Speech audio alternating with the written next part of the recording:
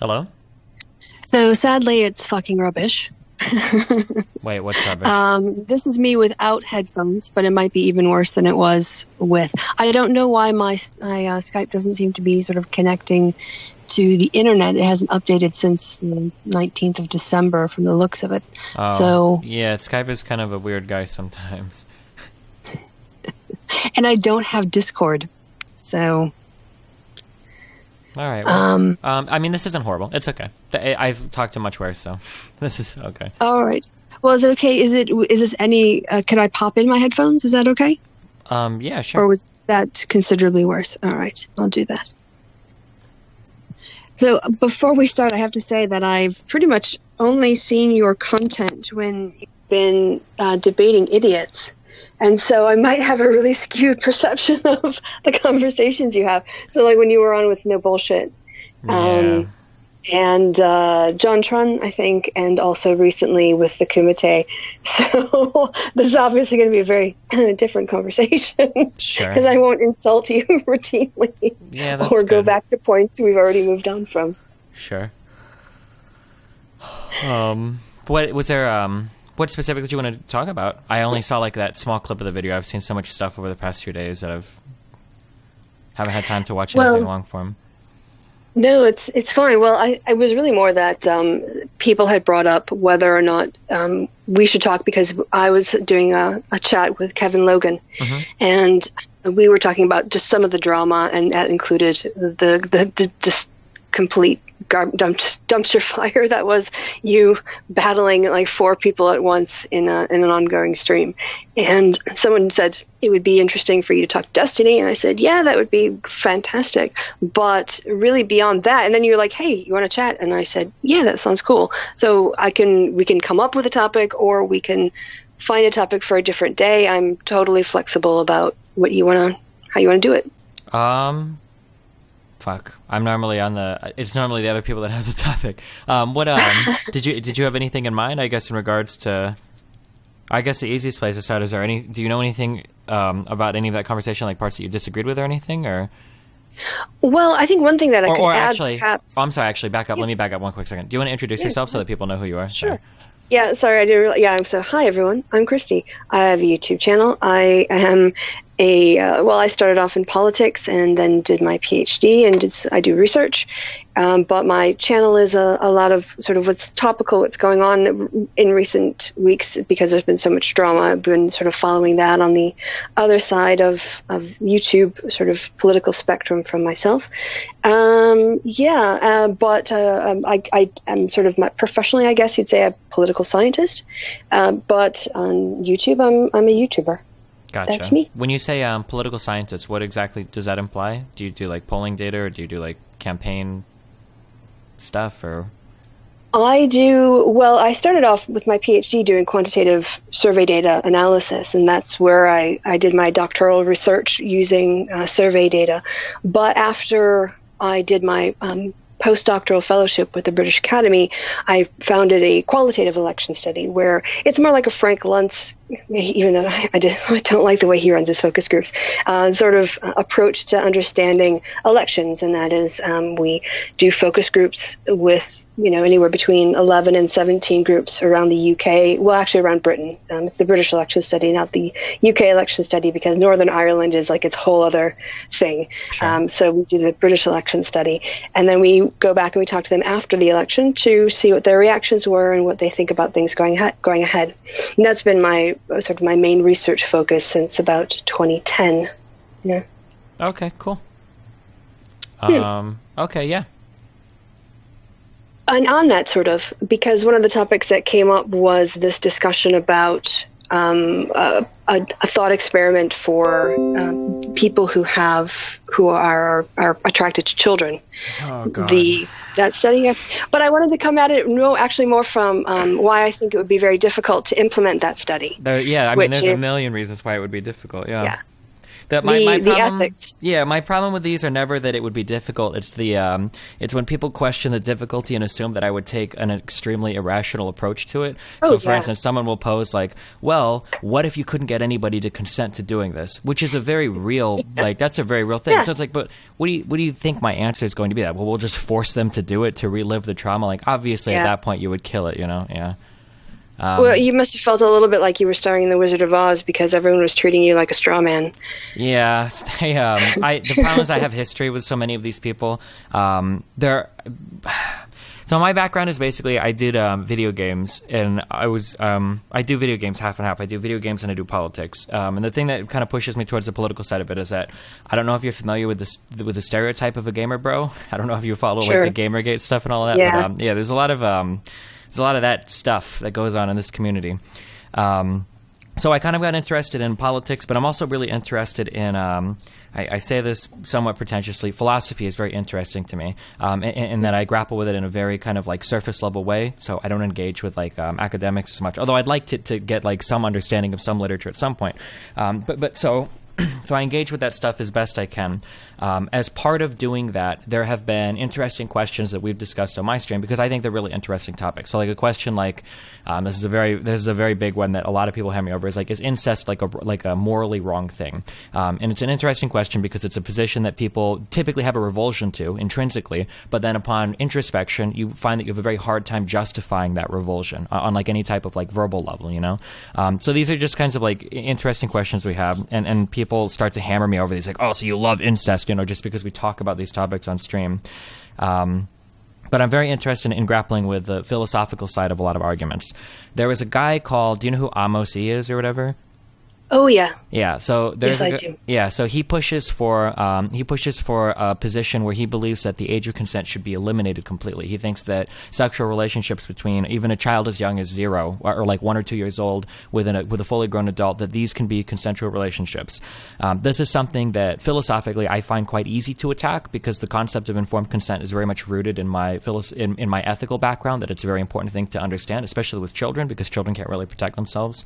And I noticed that Amos was kind of making his rounds in the skeptic community, and usually he would go on a show and then people would kind of start screaming at him and they'd be like really angry, and that was it. And that kind of bothered me. I was like, okay, well, let's actually try it. So I brought him on. I had a discussion with him, and in the purview of that, I think like child porn came up once, and I think he asked a question about like, well, what about this or this or this? And at some point, I'd mentioned like this research, and I was like, there might be some slim cases where child porn is acceptable, but only if the goal is to reduce the amount of children being abused or something. And then there are like 3 people that hopped on to that comment and tried to push it as though like I'm a huge child porn supporter. And one of those people was that Britney girl. And right. So when she hopped into that debate, it was literally just for her to snipe me with that one-liner, even though we'd like hashed this out on like a 3-hour discussion before. So there's a lot of backstory. That's where that if that question seemed like really random, that's why that happened. It's because that's like her personal vendetta against me for whatever reason. There was a lot of gotcha moments, a lot of sort of really trying to set up a yes or no dichotomy, and when you tried to provide context, you were just completely like just thrown back into this corner saying, no, you have to pick a side where either way I've got you. Yeah. And that's kind of that's the story though of that I've noticed. I can't speak to your country as much, although I followed a little bit of Brexit related stuff. But like this right versus left argument is very difficult to have because on the right side, like let's look at like black people in the United States, right? The right will tell you, like, well, what's up with black people? They just need to make better choices. Everybody can make better choices. Well, okay, I guess like, yeah, that sounds good. But then if you look to the left, like, well, why are black people not making good choices? Well, there's no simple answer to that. It's like you need like paragraphs and paragraphs to explain, like, well, Jim Crow laws. Okay, but that was 60 years ago. It's like, okay, yeah, but generational wealth is a real thing. Okay, well, what about this poor guy that's rich? It's like, Jesus, you have to go through like anecdotes. You got to go to appeal to tradition. You got to go to appeal to like a million different things that you have to like get through in order to like present your case. And then the person on the right is just going, okay, well, I think people should just make better choices. I had a friend and he made better choices and he was poor and now he's rich. And it's like, okay, well, fuck, like how do I, it's just really frustrating to deal with that kind of stuff. Believe me, dealing with feminist critique on YouTube, I'm familiar with these straw manning concepts and taking an argument that, rape culture. It's a word that doesn't really convey the concept very well, but they stop at the word and then they sort of create the straw man of what they think it means. Nobody saying approves Saudi Arabia of rape. Yeah, exactly. like, oh, the survey data shows that people don't approve of rape. I'm like, well, of course it does. I mean, that doesn't prove you're in a rape culture or not. It's like you have like no desire to like actually grapple. Like, do you really think that somebody made up a term for the idea that like everybody is in favor of rape? You know, like. And then these same people will go on Twitter being like, I don't understand what the big deal about the Harvey Weinstein stuff is. Like, if your boss asks you for sex, just say no. And it's like, fuck. Like, it's not that easy. Kind of just wish you could live in a world that was just so simplistic, don't you? Where there weren't power relations and people didn't have to worry about punitive measures or losing their job or not being given a reference and, sort of driven from their industry because they spoke out against a powerful man. No, let's not consider that and just go, hey, you have agency. No one's stopping you from walking over to Human Resources, which is already designed to protect people at the top and all their top stars and to keep a code of silence and have you sign a non-disclosure agreement. Just walk up to them and tell them the problem and they'll fix it. It feels like our progress sometimes shoots us in the foot. Like to be honest, like relationships or status of like women and minorities has increased dramatically over in the Western world. It has improved markedly. But it seems like when you knock out all of the easy problems, the difficult ones become really hard to tackle, you know? And people act like if there aren't like if it isn't blatant, then it's not real. So like in my debate with Sargon, for instance, you know, like and I heard that you had one of these as well. I didn't have a chance to watch it beforehand, but we talked a long time about like black people in the United States, and he's like, well, you know, there's a lot of problems that come from broken families, and it's like, yeah, of course, I agree with that. And he's like, well, if black people just got married, it would fix their problems. And it's like, Sargon, it doesn't really work that way. Like, there's prerequisites to getting married. Like, marriage is a symptom, not like a condition. You know, like marriage is typically a symptom of being successful, being somewhat wealthy. And he's like, okay, but why can't they just get married? Married black people do better than single black people or broken family black people. And it's like, okay, yeah, but like getting married is really hard. They're okay, but why can't they just do it? And it's like, and then it'll go to the inevitable where Sargon literally asks, where is the law preventing black people from getting married? And it's like, okay, dude. Or where's the law preventing women from choosing engineering degrees? Right. And they're trapped in this sort of almost like first wave feminism, which was focused mostly on the laws and changing things like giving women legal personhood and the ability to own property and to have access to their kids or even custody upon divorce and vote. And they think that that's once you have a law in the books, then somehow the problem is solved, which is really that's just a resetting of the society's values in legal footing. But nothing in the society has automatically changed overnight. You know, people who are on one side or the other don't suddenly have their minds changed because the Supreme Court says that now marriage equality is the law of the land. And it's those informal relationships. It's the being discriminated against when you go to a baker and having to take it to court in order to get your equality. Yeah. That's the fight that they don't really want to recognize. And it's kind of with the Me Too thing as well. The idea that if you're harassed in the workplace, it's an easy situation to just not to have that taken care of, or that when you say something, people are going to believe you, and not really taking into account, like we were talking about, the power dynamics, the punitive measures that might be taken. And as we saw with quite a lot of the Me Too cases, there was a real power imbalance there. It wasn't like people were men weren't hitting on women who were above them in power. They were hitting on much junior women who had much less ability to speak up for themselves, like Gretchen Carlson did at Fox. Mm-hmm. And even that, do you have talk radio in the United Kingdom?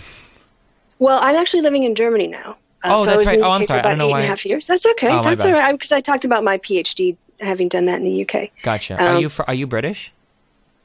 No, I'm actually in the States, but then I lived long enough in the UK to sort of have this pick up. When I talk about British things, I tend to get more of a British accent. When I talk about things back from America, like baseball and brats and going to the mall, then my American accent gets stronger, so it's a little bit situational. And then when I'm in Germany, occasionally I speak German. Gotcha. So. Okay. Are there is talk radio in other countries dominated by right-leaning figures like it is in the United States? I have to say that because my German isn't as fluent, I don't listen to a lot of talk radio. In the UK, most of the radio that I listen to didn't really ever go over to AM radio. Oh, okay. But in the UK, you've got like 6 stations of the BBC, plus then you have commercial stations. And so I don't really think that there's that kind of they have more in the newspapers, the Daily Mail and the Telegraph, the Tory Graph, and they have the Sun. And so it's primarily more of a print-dominated conservative conservative voice online now as well. Whereas in the States, media tries to pretend it's neutral, and then you get more sort of commentary on the radio. So it's a slightly different dynamic. But that culture is there. Just where they get their news from is slightly different, I'd say, in the UK from the US. And I don't know about Canada. Gotcha. But, I mean, you can definitely see that talk radio is moving over to YouTube. Yeah, for That's younger people. the pretty millennial much, version. Yeah. In the United States, the talk radio is mainly right-leaning, or at least it feels that. I'm pretty sure that's true. I'm positive that's true, actually. The talk radio is overwhelmingly right-leaning. But my guess would be just because talk radio probably appeals to older people more, whereas the YouTube stuff appeals to younger people. But And I don't think they're picking up really on the metrics of people like on the alt-right who are getting pretty big audiences, and also people who aren't openly alt-right on YouTube, but certainly are willing to platform those people and entertain their ideas and give them a much wider audience without actually engaging in a strong critique and pushback of their claims. Sure. Yeah. Like the Dave Rubins. Yeah, basically. Something that's been really frustrating to me recently is I'm actually excited that like the ethno-state people are becoming more vocal now. I don't. There's got to be a name for this. Maybe in political theory, you have like a better way to describe this. But like, I would rather have 10 racists, like 10 like avowed racists in a room that are openly like, I hate black people, I hate Hispanics. I would rather have 10 of those people in a room than 3 of them in a room and 7 people that claim to be neutral but like are totally okay with the other 3 people. Because it makes it so much harder to attack all of them when they can always say, well, at least I'm not that guy. Does that make sense? No, it does. Yeah. We would call it sort of like the difference between people who are, in measurement terms, a manifest variable and a latent variable. For instance, there are people who will identify as being on the sort of neo-fascist alt-right. They would be in favor of a white ethno-state. Mm-hmm. They would hold all the positions. And then you'd have there is polling data that shows that quite a lot of white people in America, although they won't necessarily go as far as saying a white ethno-state, but they think that whites are discriminated against more than any other group. Yeah. And they will agree with a lot of the same grievances. You have that too with measures of feminism. You have people like myself who will say, yes, I'm a feminist. And then there are other people who, although they don't claim the title of feminist, will basically agree with all the feminist positions that you put on a survey for them to answer. Those people under the surface sort of not being out and identifying, but being sympathetic, I think, and that is the part of the population that's hardest to sort of engage with because, like you said, they can kind of say, oh, I'm not a Nazi because I don't... Because I don't literally want to kill Jews, yeah. Yes. But it's like the problem is always that like, and this is my big issue with engaging these people. And a lot of people say that like, well, I'll point out, like this is not acceptable kind of thought. And people are like, okay, well, these people aren't technically, racist and whatnot. It's like, okay, but when you're like anti all Muslims, when you're anti all Hispanics, when you have huge issues with African Americans, like you're only like a stone's throw away from being like a literal ethno-state. It's like you're so close. You're like on the precipice of falling over. And it seems like a lot of people have a really hard time dealing with that because there are so many different ways that you can talk about your beliefs where they're not technically racist, but it plays like so well into like, oh God, we're like, the way that I guess that I tangle with JF on this is that, are you familiar with the JF guy? Yep. Is that basically what you get is this, are you familiar with the difference between like normative or descriptive terms or whatever?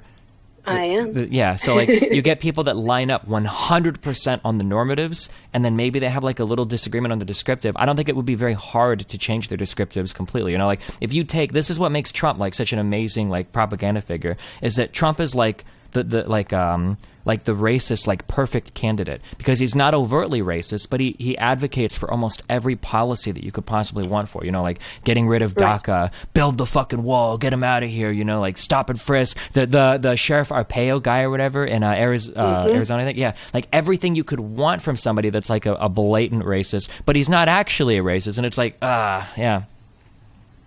I call it the soft sell 21st century neo-fascist pitch, which goes like this. You believe in free speech, right?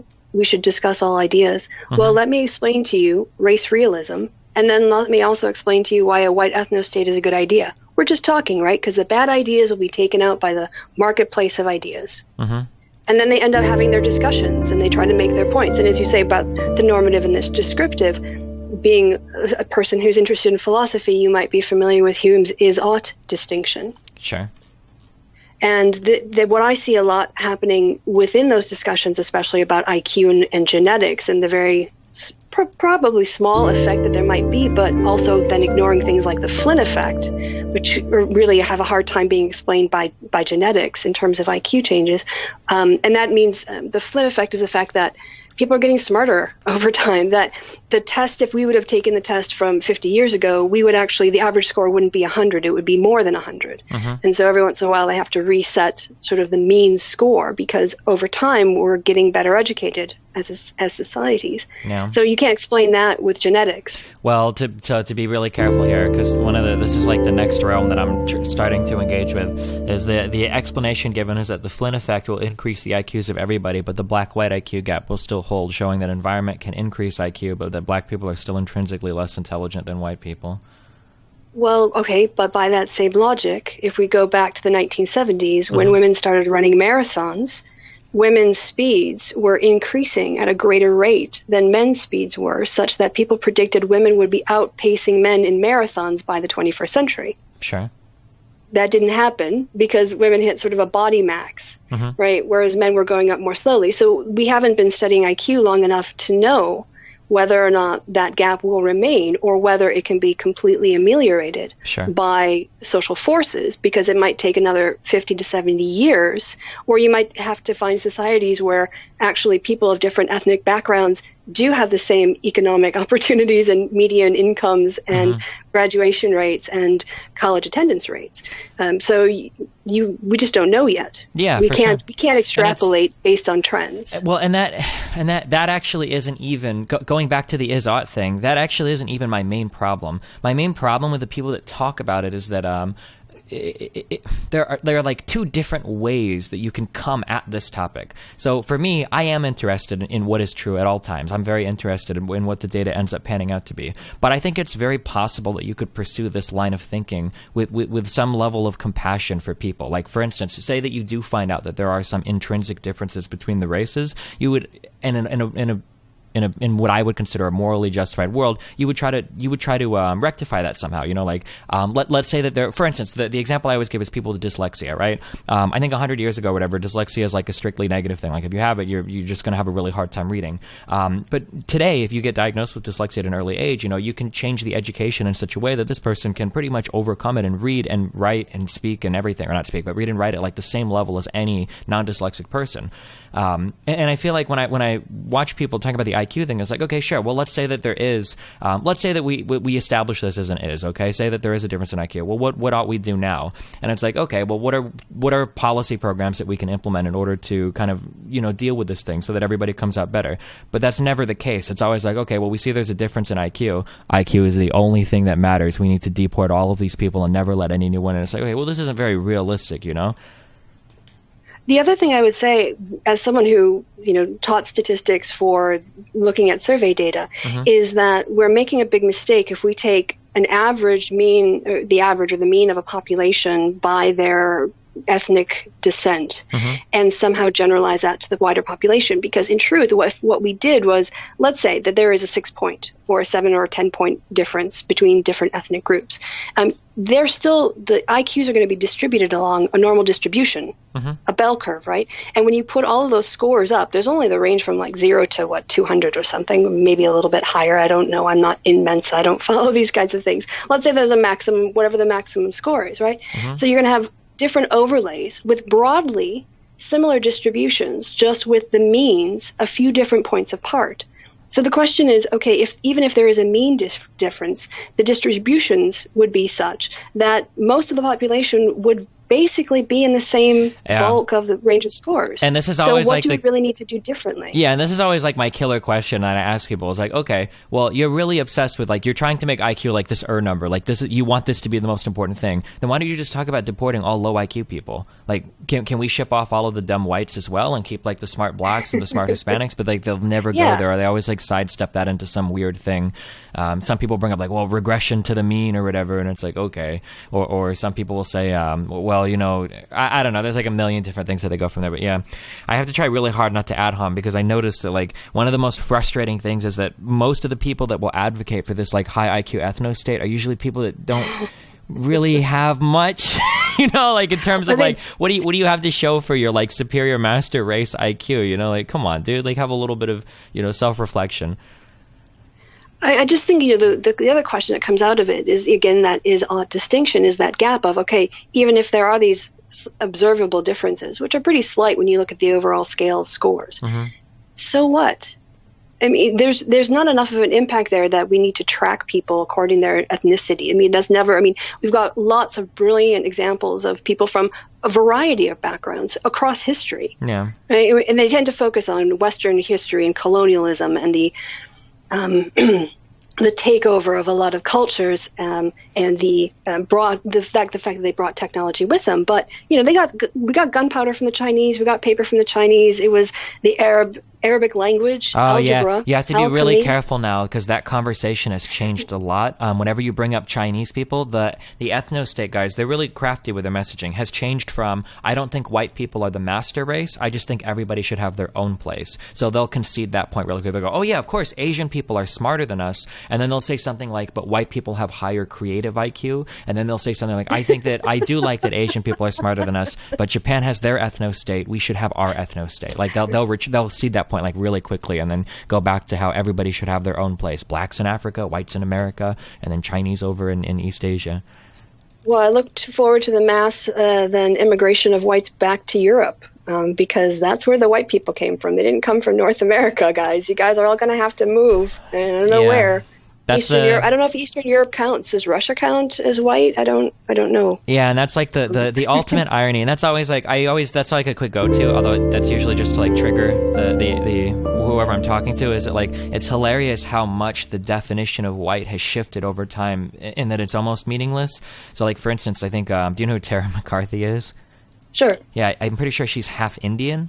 Or a guy that I've debated before who is a white ethno-state person, like his name is Nick Fuentes, and he's 25% Hispanic. And I brought that up once, and the mental gymnastics were hilarious. Like, you know, like you're 25% Hispanic, Nick. Do you think you would qualify for your ethnicity? It's like, well, I may be 25% Hispanic. However, I am part of the, I think, is it the Castizos? Are they the ones that were predominantly European versus the right, so the Spanish, or whatever?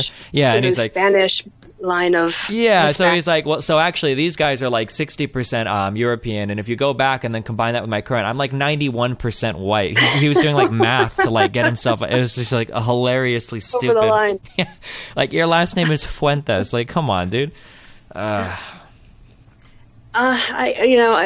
sure there are interesting psychological studies, but I sort of hesitate to speculate on the rationale behind that, other than obviously wanting an in-group identity. The other thing too is when it comes to a white ethno-state, I don't understand what's inherently like special about white people, because again, when you talk about like some of the arguments being made by people who advocate for self-selection into white-only communes and the idea of an ethno-state, I mean, I don't see a lot of discussions of the appreciation of Wagner or the movement in psychology reflected from medieval art into the Renaissance. I don't see a lot of appreciation for Shakespeare. So, and the other thing too is I don't see how their ideology can map on to a liberal democracy. It's just fundamentally incompatible with the idea that everyone has equality in theory, you know, should be equality under the law, but also equality as human beings with each other. And this is one conversation that I don't know that there has been a lot of discussion about. When I saw that Sargon told Millennial Woles in his Christmas interview or holiday interview that if push came to shove and he had to choose between the alt-right and the SJWs, that the regressive left. Sorry. Yes, which just wants sort of like people to be treated nice and everyone to be able to fulfill their own potential. That whole scary idea, but it ruins the status quo. But he anyway said that he would prefer that the alt-right take their stance rather than have the SJs and Ws in power, even if it meant the overthrow of liberal democracy. Yeah, I don't. And you're just like, well, I don't know. How can you possibly be claiming to preserve Western culture, especially as a British person who has as their cultural heritage thinkers like Hume and Locke and other people in the Enlightenment, to then to be willing to overthrow one of the most important intellectual contributions of Western civilization, which is the idea of a representative liberal democracy. I am just like flabbergasted. My biggest problem with people like Sargon, and this has always been my biggest problem with people like Sargon, is I very legitimately, and I would even defend this in argument, I don't think that Sargon is racist, and I don't even think he's necessarily hateful towards any group of people. I just think he's really, really stupid. And this has been my big complaint with a lot of these people, is like, I don't even like the phrase useful idiot, because it doesn't do justice to the depths of stupidity that some of these people exhibit when they talk about some of these issues. Like when I hear people say like postmodernist Marxists and shit, and it's what does that even mean? You know? Yes, exactly. Or like Jesus Christ, like just getting there was like some I don't think this was VidCon. I think it was a different thing, but where Sargon was on stage talking about feminism with some guy, and the guy was like, "What is feminism, Sargon?" And he's like, he said something about cultural Marxism, I'm pretty sure, like in his definition of feminism, and it's like, what does this even mean, dude? Like, do you really think that like most people that are advocating for these things are trying to overthrow society and like destroy the white man and shit? Like, It is interesting the extent to which I call them, not just me, but status quo warriors. The lengths they'll go to sort of demonize people who basically just want the same kind of opportunities that a sort of cis white male born into, anything above poverty has access to, which includes like going to work and not being sexually harassed, or going into a shop and not being followed because of the color of your skin or pulled over by the police, or being asked for your ID because your last name is Spanish. Yeah. White guys don't experience that. And they don't have any of those barriers as they go through and everyone else just wants that too. They want to have a Hispanic last name and not assumed to be somehow, there in the country illegally. Or to, be able to walk down a street Just at got night your and Christmas not have hoodie to in the worry mail. about Looks being good, sexually buddy. assaulted. You guys might be worried about being mugged, but you're not worried about being raped when you go down the street. I would like that too. I would love to worry about just being mugged. One way that I try to phrase this to people, because one thing that I think is really hard for people to understand, for minorities or for women to understand, is that there are things about you, and the way that I always phrase this is by insults, is that if I walk into a room and there's like a straight white guy, there's not really any insult that you can use against them that's like personal, that really works. There's nothing that you can really say. Whereas like if I'm in a room with an Indian, there's a million things that, you can make fun of for Indians, for black people, for women. There's a million go-to jokes that are personal, that are targeted towards your gender.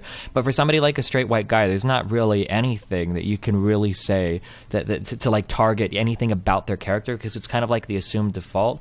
And I think one of the issues that white people have, or white men especially, I say straight white men, I sound like an SJW, but like for straight white men, okay? One of the issues is that like you'd never have an experience where you can't do something because of something that's intrinsic to you. Like if you're a straight white guy, there's not really anything that you can't do, except for maybe some things that would be considered feminine. But other than that, like there's not, and even that's because women suck and you don't want to do anything feminine. Like that, now it's the given explanation, There's not really anything you've ever been told that you can't do because you're a straight white guy. You've never seen a message in media, either overtly or subtly. You've never seen, a teacher tell you, a parent tell you, someone in society tell you, a police officer treat you a certain way. There's never like a negative. There's never a con to being like a straight white guy. So it's really hard to understand what it's like to live with like things that are almost intrinsic, or that are intrinsic to your character, that end up being cons in some certain situations. It's a really hard thing for people to empathize with if they've never experienced it before.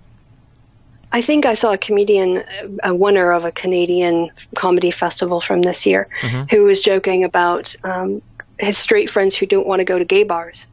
Like, well, I don't want to go to the gay bar because, I don't want to get hit on by guys. And like, well, now you know what it's like to be a woman at every bar. Yeah. Or outside of every bar, or in every video game, or in every coworker environment. Yeah.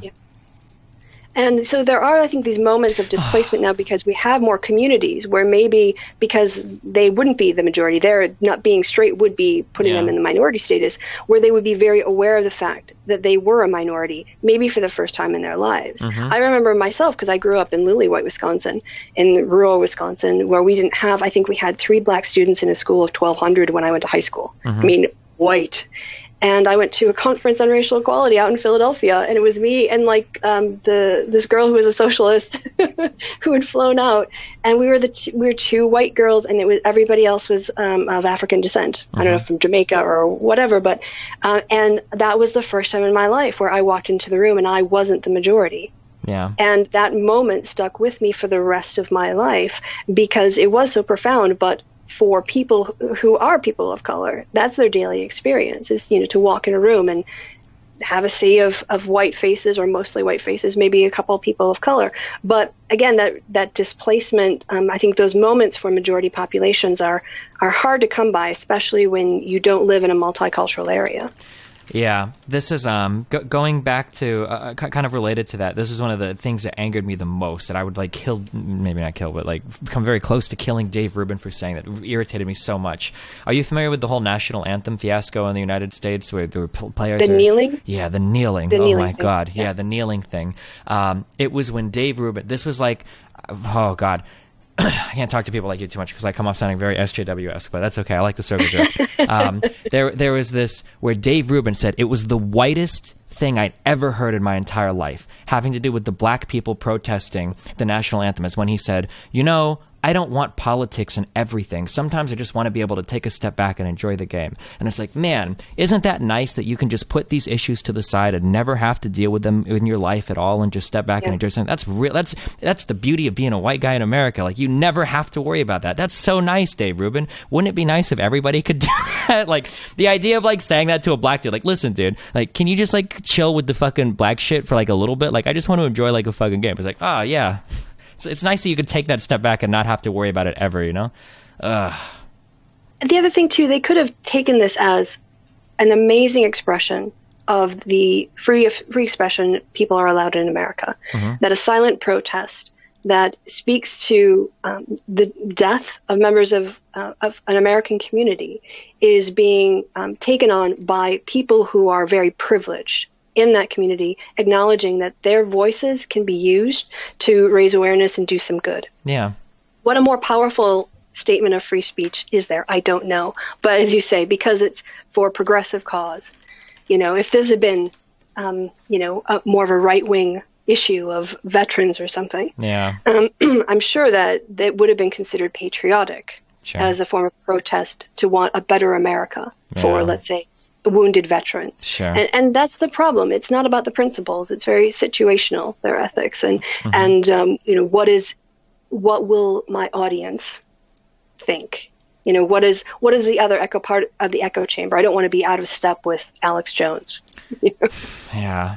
There's so much, there's just so many stupid memes. It's that issue was just so insanely unbelievable. How are you supposed to protest? That's a good question. What is the acceptable way for a black person to protest? If kneeling at the national anthem makes you this fucking outraged, Jesus Christ, what are you supposed to do? And then my favorite thing about Trump being elected, arguably one of the only positives, is that whenever people say well, I don't care about their opinions on politics, they're just celebrities or they're just athletes or whatever. It's dude, Trump was a reality TV star and you elected him as president. We can talk about celebrity opinions on politics now because you elected one to the White House. Right, you were the one that broke the dam. Yeah, you can't really. This is kind of untenable ground at this point. And the fact is, when it comes to that, part of the reason that they were kneeling was because they did have their celebrity, and they were using it in a positive way, and not sort of a Golden Globes victory speech, sort of being as the music is being played off, virtue signaling kind of way, but in a very subtle, silent. And I don't know if you know the history of the kneeling, but my understanding is that it was a soldier who, because Kaepernick or somebody else was sitting, and they said, kneel instead because that's what they do in front of the graves of their fallen, their fellow soldiers. So it was something worked out with somebody in the military to find a respectful middle ground between free speech and dignity. Yeah, but the military shit doesn't matter because what you said earlier, their ethics are so situational. Yeah. Oh God, what was I just had two things in my head. One was Trump. Oh, like there are so many points. Were you living in America? You weren't during the Republican nomination cycle? Thank God, no. But I am a political scientist, and so I watched it like a soap opera. So I did videos on it, and I followed the polls, and I was obsessed. Yeah. Sure. Then you must have went through the same thing, unless you could see the fucking future. There were so many moments where Trump said something, and I was like, "That's it, dude. He's totally done." In the nomination cycle, one of those moments was when he attacked McCain. And it's like, Republicans love soldiers. There's no way that Trump is really going to get by telling McCain he's a loser for being a prisoner of war. Not McCain, the guy that can't raise his arms above his head because his shoulders were broken so many times in like Vietnam, like prisoner of war camps. There's no way that he'll actually, and he like walks away from all of these totally unscathed.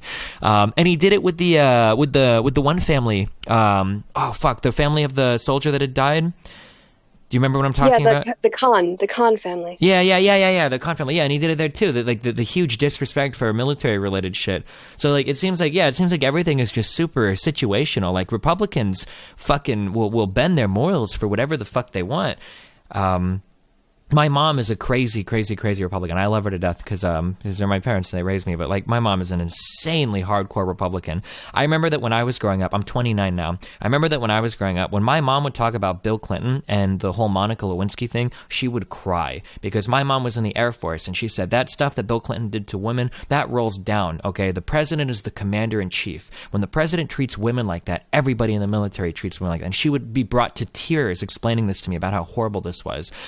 And she's on the Trump train, and when the grab him by the pussy tape leaked, her defense of Trump was, well, Stevie, you say really rude things on your stream sometimes, and that's just guys being guys. And it's like, are you first of all, Mom, I'm not running for president of the United States. I think the qualifications are a little bit, the expectation should be different. And secondly, like just locker room talk. And with Alabama, you saw there was a preacher who was on AM Joy.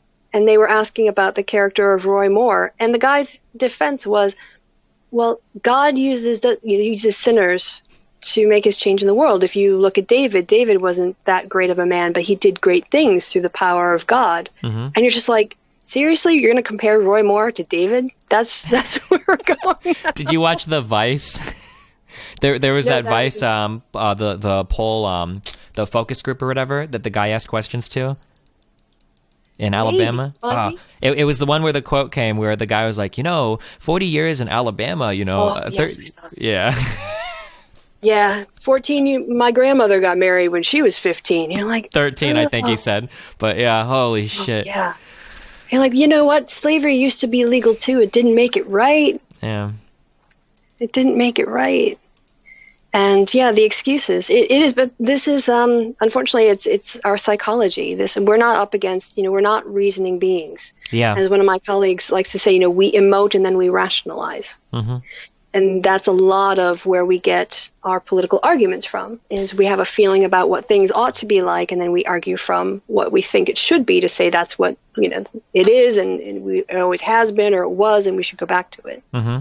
This is something this is kind of what drives me to do my confrontational stuff. I'm very, when I say confrontational, I mean like I do like a lot of debate, engaging the opposition kind of thing. One thing that, and I guess I'm kind of curious, so I can get your take on this. One thing that it seems to me that happened, is it seems like so when we talk about civil rights in the 50s, 60s, and even before that, and even to some extent after that, we had huge conversations in the United States about race. So questions like, should black people be allowed to access the same institutions as white people? Are black people equal to white people? Do they deserve equal rights? These are questions that were on the forefront of people's minds that we wrestled with, and we had to have answers for them because these were things that were changing.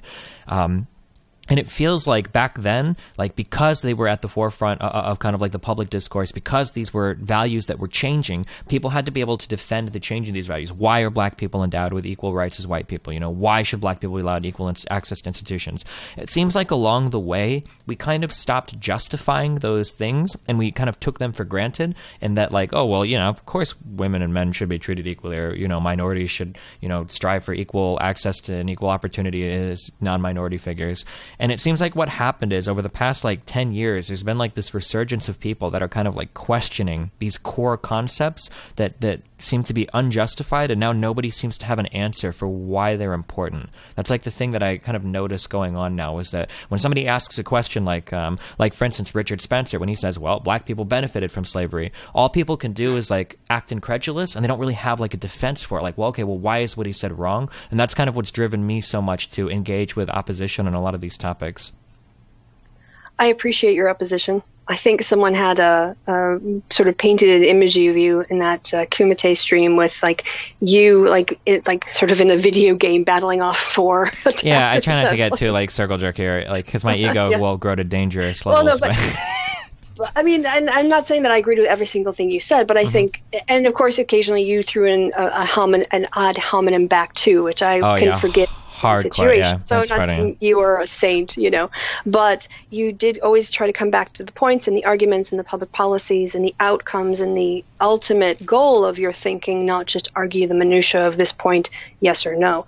But to your point, I think in some ways there's a line from a TV show called I, Claudius. Two actors are talking about the theater when they were growing up, and now it's just corrupt and parts go to friends. And someone says, you know, the theater isn't what it was. And his friend says, and you know what else? It never was what it was. I think that conversation is a little bit, it never was what it was. If from a political ideology standpoint, there was a really good piece, a 4-part piece that appeared, I think, in Salon, where the author made a very convincing argument that you can draw a line in the ideology from the Tea Party back to the people who resisted civil rights, back to Jim Crow, back to the Civil War. And that it's not that. So what happened is, you're right, we did have a conversation nationally about the fundamental humanity of our citizens of African descent. And in the law, the progressive side won. However, the communities that stood in opposition, they never went away. Yeah. They just got a little quiet. And then they became the moral majority. And then they became, you know, the whatever Newt Gingrich's contract with America, and they became part of Ross Perot's movement, and then they become part of the Tea Party movement. So I think it's that the internet has provided us as a society with something we never had before. That conversation you referred to happening in the 60s, it didn't really happen in the way things are talked about now. It was the conversations happened in the media, or they happened locally. And if you lived in a predominantly white state that wasn't affected by segregation, of course you could take the lofty aim of people being integrated, because it didn't cost you anything. It wasn't part of your life, right? So that became, you're right, the national norm. But that resistance, the anti-PC crowd, as we would probably call them now, has always been there. And the internet, because it is democratic, has given a lot of people with very anti-democratic views, in my opinion, platforms that they never had access to before, and networking opportunities that they didn't have access to before. And so what we're seeing, actually, as you were talking about, we're seeing the unmasking. People are pulling off their hoods. They've always been there. They've just been under their hoods until now. Yeah. That's my take. That's like a really huge thing that I try to get across to people, that I run into people that don't seem to realize that, is that like Trump himself is not really a problem. It's the idea that there were this many people in the United States willing to vote for him. And that's kind of where my big, I've had actually a pretty big split in my community recently, because there are a lot of people that, well, on the left, there are a lot of people that make this claim that like, well, no, you should never talk to these people. You don't need to platform these ideologies. You should never engage with these people. And it's like in the United States, whether you want to admit it or not, in the United States, liberal or left-leaning views have been the predominant ones for the past, decade and a half at least. Like, if you're in a workplace, you can't speak out against minorities or women. If you look at messages coming from Hollywood, from pretty much all the mainstream media, say like Fox News or talk radio, left-leaning viewpoints are the only ones that you really can express without getting crucified for it. But the problem, I think, is that we all kind of bullshitted ourselves into believing that if we just did that long enough, that everybody eventually was on board. And then when Trump rolled around, I think it was a big wake-up call where it's like, oh, well, hold on, holy shit. Half the country is still thinking a totally fucking different thing, but we never engaged with it. We never had any idea it was there, and we kind of swept it under the rug and pretended it didn't exist and kind of hoped it would go away. After the Second World War, psychology took up this issue of authoritarianism. And you might be very familiar, maybe because of your study of politics and my history is so bad. But the Milgram. I'm very much familiar with it. Right? Yeah. Where they had these tests of authority because there was this question, what was it about the German people that made them so susceptible to Hitler? What was it about the culture or their psychology? Are they evil people, or what would it take for somebody to do this? Yeah. And what we found is that quite a number of people in the population are willing to submit to authority. And we also know, just from looking at political attitudes, that some people are attracted to a more strongman, authoritarian type of figure. They feel more secure in that kind of situation. You look at Putin. Even though there's a lot of opposition to Putin, there's a lot of people who support Putin in Russia. And there are people who support dictators all over the world. So why would America be special? Why wouldn't we have an element that was basically an underbelly of fascism that, given an economic condition and a demagogue, those two things coming together in the sort of perfect storm wouldn't be a threat to our liberal democracy? I think the problem is we didn't think that this was a possibility, and yet here we are in the 21st century having what's basically debates with fascists again about fundamental human equality. Yeah.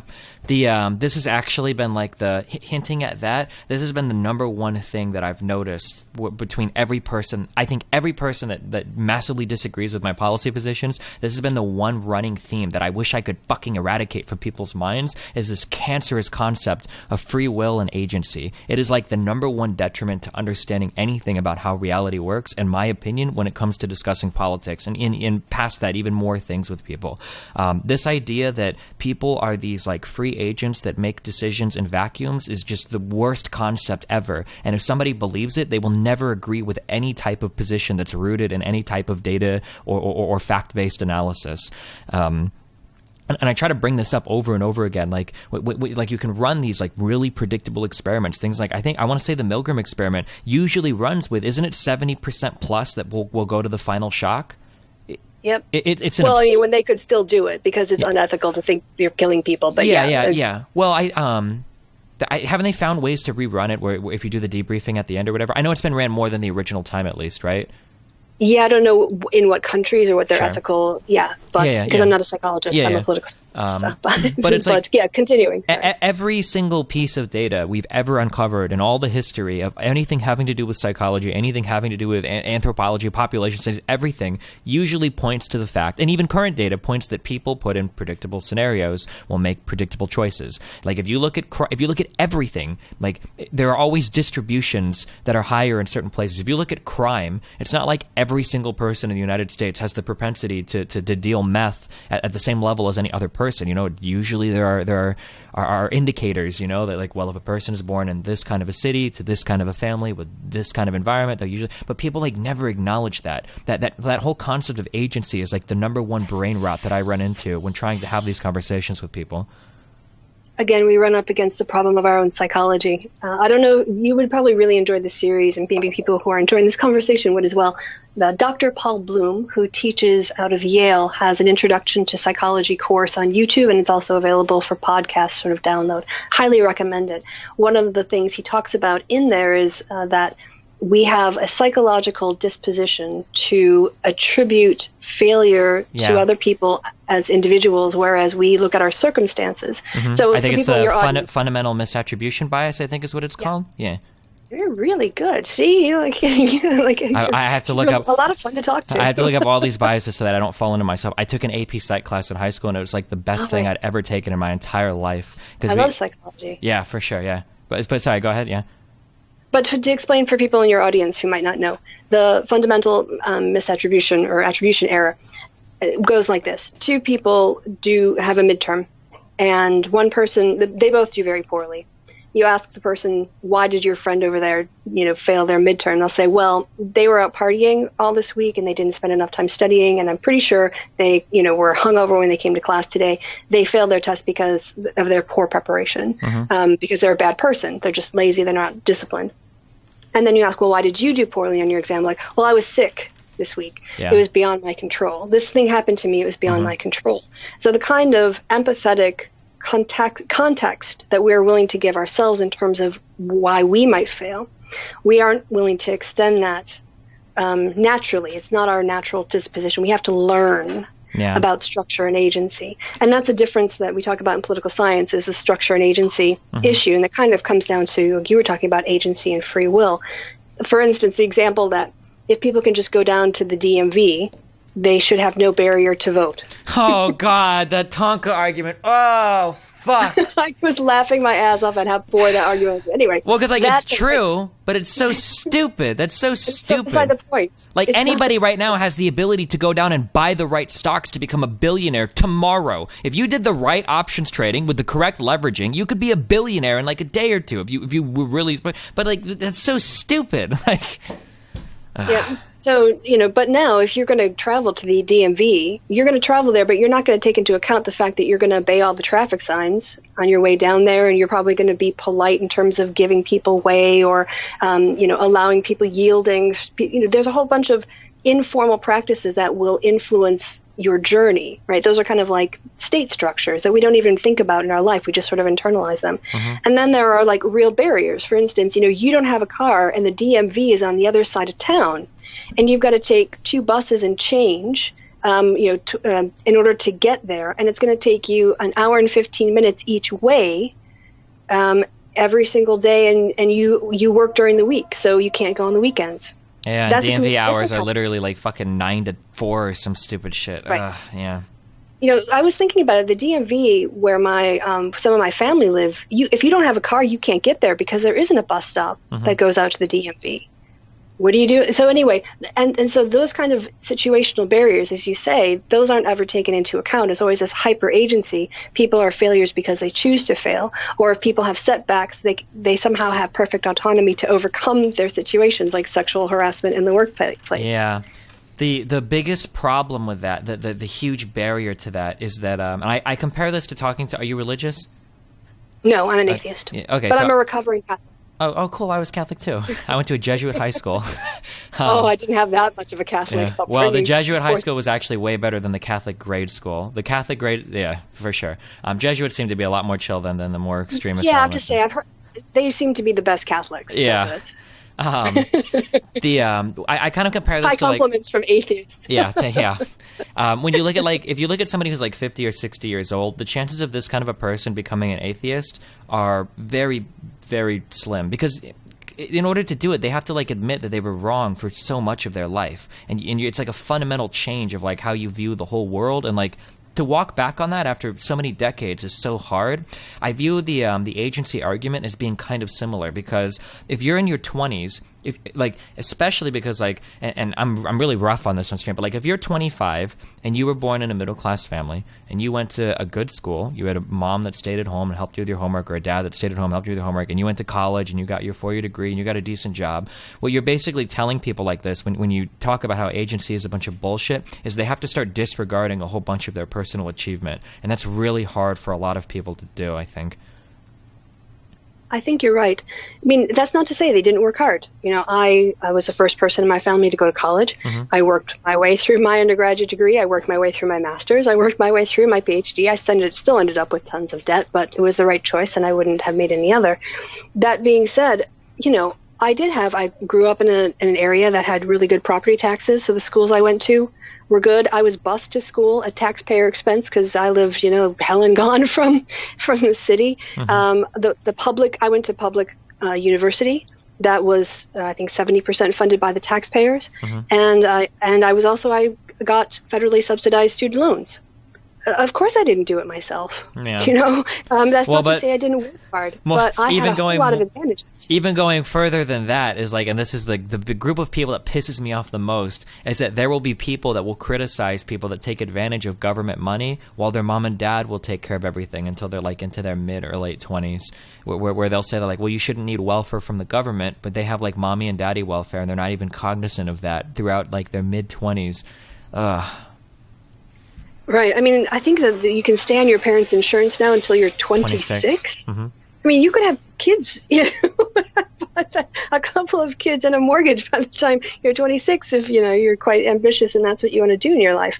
So for me, like, that seems, people are going to be mad at me. I mean, I do think it should probably go down to like 23 or 24 because I think 4 years, 22 when you get out of college or so, 2 years to get on your feet and get a good job. But hopefully with, fixing the healthcare system would be a better solution, but I'm getting off topic. Oh, we're fixing it. We just got rid of the mandate, so we're going back to whatever we had before.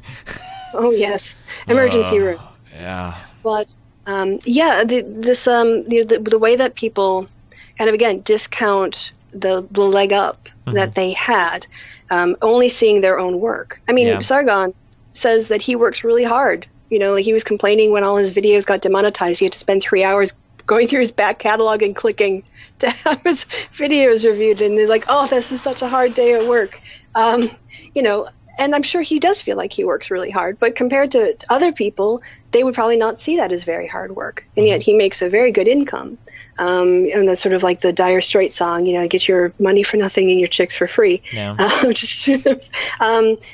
And yet he will feel very entitled to every penny he's earned. Mm-hmm. And again, this I think comes down to, like you said, some fundamental psychology that you have to be shown the psychological pattern not through you, like you're doing this thing, right? But hey, these studies show that this is the thing, and it sounds like this is what you're doing, to try to kind of get people to step out of. I wish it was that easy. I've had so many conversations that just blow my fucking mind. Have you? There's like It would be like you're talking about have you ever played like a trading card game, like a Magic the Gathering or Hearthstone or? Oh yeah. I was totally a nerd. Okay, so it's Magic back in the day. It's like if somebody asks you like, what are the chances of drawing a card or doing a thing in a particular thing, and you go through like, okay, well you weigh this odd against this odd and this, and they're like, no. The chances are 50%. It either happens or it doesn't. It's like that response to everything. Like I've had so many conversations with people where I'm like, okay, well you agree then. Okay, so like first of all, we can agree that there's stickiness at the ends, right? That really rich people tend to be really rich, lowest quintile people tend to be pretty poor. And he'll be like, yeah, sure. And I'm like, okay, well poor people tend to commit crime over rich people. I'm like, yeah, sure. And it's like, okay, people in broken families tend to be criminals more than people in whole families. Yeah, sure. It's like, okay, well then why can't you see that there's like a higher chance of people in these situations of committing crime, and they're like, well, at the end of the day, they make the choice, and it's like, okay, well, what? Yeah. You can lead an anti to logic, but you can't make them think. Holy shit! It's like, the vote. Oh man, that Tonka dude. Did you have the misfortune of having to listen to that entire thing, or did you just go through parts of it, or? I've actually listened to quite a lot of Tonka because of Krautgate, and he's been covering it quite a lot. I'll never. And to be honest, when he's in his, cis white male safe space of his channel, he can be pretty chill. He jokes around and things. I'm sure he would hate me with a deep passion if he ever knew who I was. Mm-hmm. But and so I ended up, because I do listen, I ended up listening to quite a lot of that. I think, I think I got about 2 hours. Sure. Did you listen to the part where he was trying to convince me that the North Carolina voter ID thing isn't racist? Oh, yeah. Yeah, okay. No, I got through. Yes, that was insane. Normally, when people bring up stuff like that, I love doing voter ID because it makes me look good, because it's a slam dunk argument. It's too easy. It's way easy. That's a gimme. When you bring up voter ID, it's obvious that you don't know what you're talking about, so I can just slam dunk this. But like, oh my God, he was impervious to all logic. It was impossible. Well, what was the best part for me was when Andy read the thing you had provided, and he was convinced. He's like, hey, it does say it says what he says it says, and then you had to ask Andy to explain the exact same thing you had just said to Tonka, but he wouldn't believe it coming from you. But he would believe it coming, and it reminded me of something. And I was thinking, what was this? What is it this is reminding me of? And I've tracked it down.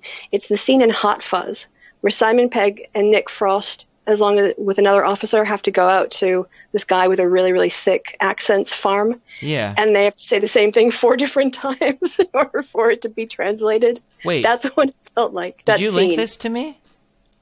I think I put it on Twitter because maybe somebody put it in there. Oh, because okay. You might, yeah, because somebody just linked this to me like today, so that was going to be really weird. Yeah, okay, yeah, it might have been you that tweeted it at me, something, yeah. Yeah, I was like, wow, that's exactly what that scene was. It was like Destiny saying to Andy, just explain the exact same thing I said to Tonka, because he will hear you. He won't hear me. Yeah. Well, I'm actually really glad you brought up the Tonka thing. One of the reasons why, are you familiar with No Bullshit? Do you know who that guy is? I did see I saw the nightmare of your interaction, at least one of them, because there were 2, right? But I know I watched one for quite a long time and just admired you had like the patience of Saint Francis, I swear. Somehow, yeah. Was it the incest conversation, or was it something different? Yeah. Yeah, okay, it was yeah, the that wasn't, yeah. I find that's like a really good like litmus test for, are you capable of like objectively evaluating your moral system or something, or like having an argument. It seems to be like a good testing ground for that. I'm glad that you mentioned the thing about Tonka, because I noticed that for a lot of these guys, that when they put together their videos, like I can pick out like a million reasons why this video is bullshit, but it contains enough buzzwords and enough like internal rigor that I could see why people would listen to these videos and think that people know what they're talking about. If you watch No Bullshit's videos, for the most part, if you're not too critical, they sound okay. Like you can understand where he's coming from and whatnot. But like if you start to dig into it, it's like, okay, well, there's a lot of problems with this video. And from the sounds of it, I've never seen anything from Tonka before, but from the sounds of it, Tonka might be similar. This is another reason why I like confronting these people in a live environment, is because it gives me the ability to showcase, like, okay, like this guy's method of thinking is really fucking flawed. He cannot put together ideas like in a coherent manner. And you tried. You were leading him down the garden path. You were putting out all the pieces. And he was just standing there like, yeah. Or he would throw an ad hominem up. And and then he went off into the corner and sulked for a while. Yeah. So that was also kind of interesting. But you're right. It was the same thing with No Bullshit. I mean, he was basically having a verbal temper tantrum because he refused to acknowledge, as you say, we can all have a innate revulsion to the notion of incest. I don't think it's something that has to be morally justified for us to have a moral revulsion to it, right? This is why you say it's a good testing ground, because it shows whether or not you can say, okay, I'm revulsed by this notion. I don't think it's right. But when we look at what we consider to be our moral frameworks, like consenting adults and prevention of harm and all the other things, is there an argument you can make? And when that gap is discovered, I think what they leap to is saying, you're saying that there shouldn't be a revulsion, and you're not saying that at all. You're just saying, look, the morality here is an aberration, because normally our moral conclusions sort of fit with our moral reactions. Mm-hmm. Are you, just curious, are you a vegan? No. Oh, shit, okay. That's another argument that is... that's a really hard one to have from the meat eating perspective. I would feel more. I probably shouldn't be, but I eat meat. But I probably would have an easier time arguing the vegan side of things. I find that. They have the better arguments. They definitely have the better arguments. Yeah. I'm just lazy, and I live in Germany where we have sausage. Sure, so. Yeah. And kebabs, right? Yes, kebabs are everywhere. This goes back to kind of what I said earlier, and that it bothers me that people walk around with so many unjustified positions. That's scary to me, not because of like intellectual integrity, blah blah blah, but an unjustified position is changed quite easily, I think. All of my positions are pretty well justified, anything that I feel strongly about, such that like if you want to change my opinion on it, we're going to have to go back and we're going to have a really deep conversation about like my underlying rationale for believing things.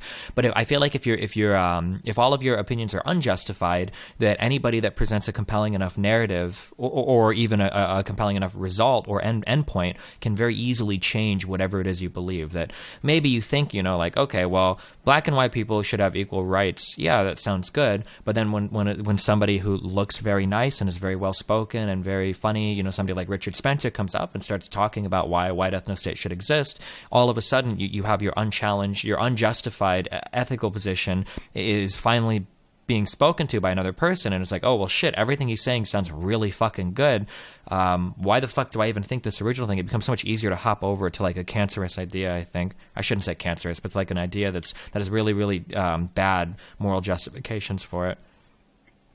Part of the problem that came out of the fascination with science, the so-called skeptic community that grew up debunking creationists, was that they could recite the science, but they didn't understand the method of deriving the knowledge. Sure. They didn't understand the philosophy behind it. They just sort of like, this is science, we can observe it, it's been tested, therefore it's true.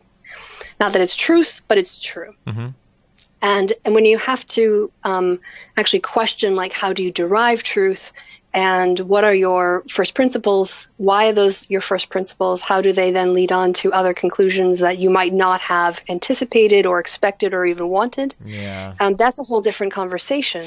And so because they could recite the science and they had faith in the method, they never really had an opportunity to engage in the critical thinking skills that actually produced our ability to have confidence in our scientific conclusions. Yep. And that's like, I get this accusation over and over again. And I did it to Tonka. I don't know if you heard it when Tonka was saying, you trick people into doing this. And I kept asking for an example. Yes. Yeah. So basically, the way that I argue against people that seem to have fucking stupid normative positions is, what I do is you say a certain thing. So what I try to do is I try to extract that into some syllogistic form, and then I'll plug in something else to test for consistency. That's like 99% of my argumentation. Somebody says like, I don't think black people should be able to do shit in society, because they made bad choices. Like, okay, so you think that if somebody makes a bad choice or whatever, there should be no recourse for them in society. Okay, what if you're a poor white person, and let's say you live in a town and the industry leaves for some reason? Do you think these people should just be left to rot? And then all of a sudden they're like, oh, well, no, wait, well, hold on. No, that's totally different. And then they're like, why are you putting my words in my mouth? Like, I never meant that or said that at all.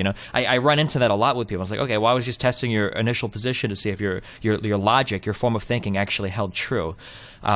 I don't know if this is because like I did a decent amount of math in high school, but like conclusions are really kind of worthless compared to the thought process. And once you move on from even fucking algebra, like that becomes like really obvious, at least in a math class, right? That your final answer is worth, on a 10-point problem, the answer might be worth like 2 or 3 points, but like the process that you get there is the most important thing. And if you do a wrong process or fuck up part of the middle end and you actually get the right answer, you might not even get half credit on the answer.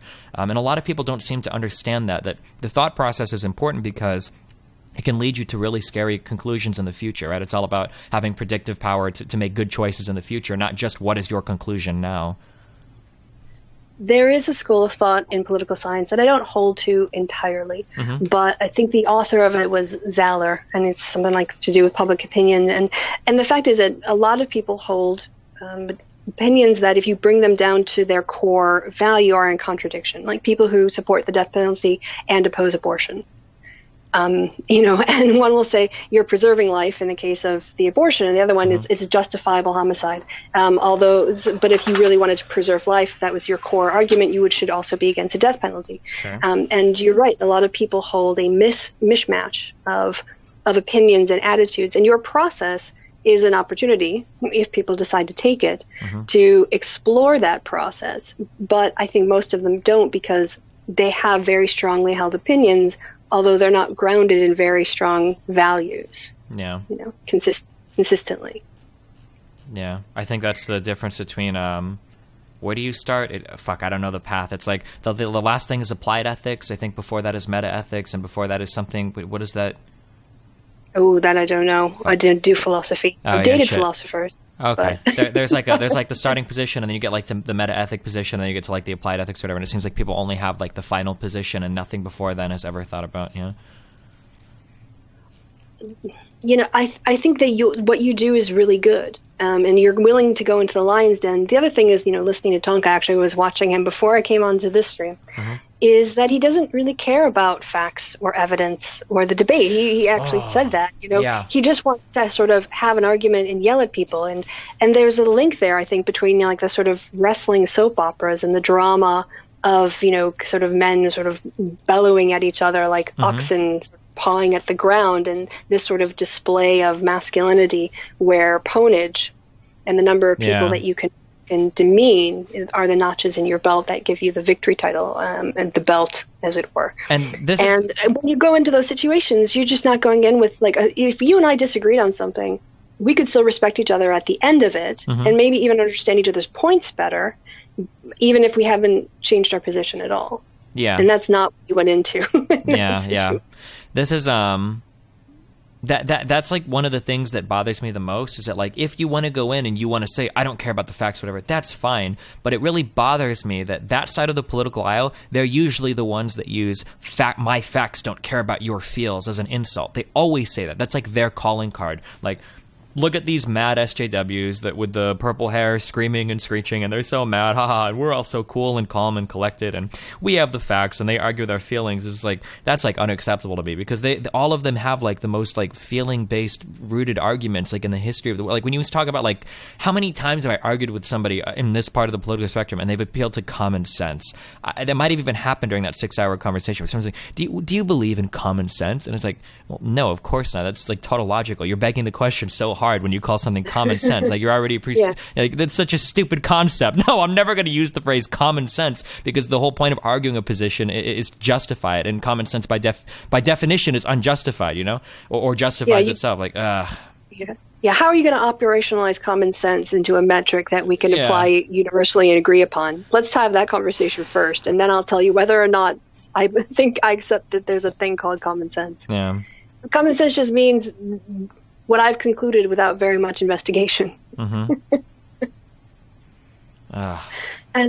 so what seems very obvious from one position, this is it. It's about thinking outside the box. It's about thinking about things from a structural point of view, from somebody else's lived experience. And some people that haven't had or don't want to extend their empathy that far to have that conversation or even entertain it. They just mock the idea of the conversation itself. Yeah.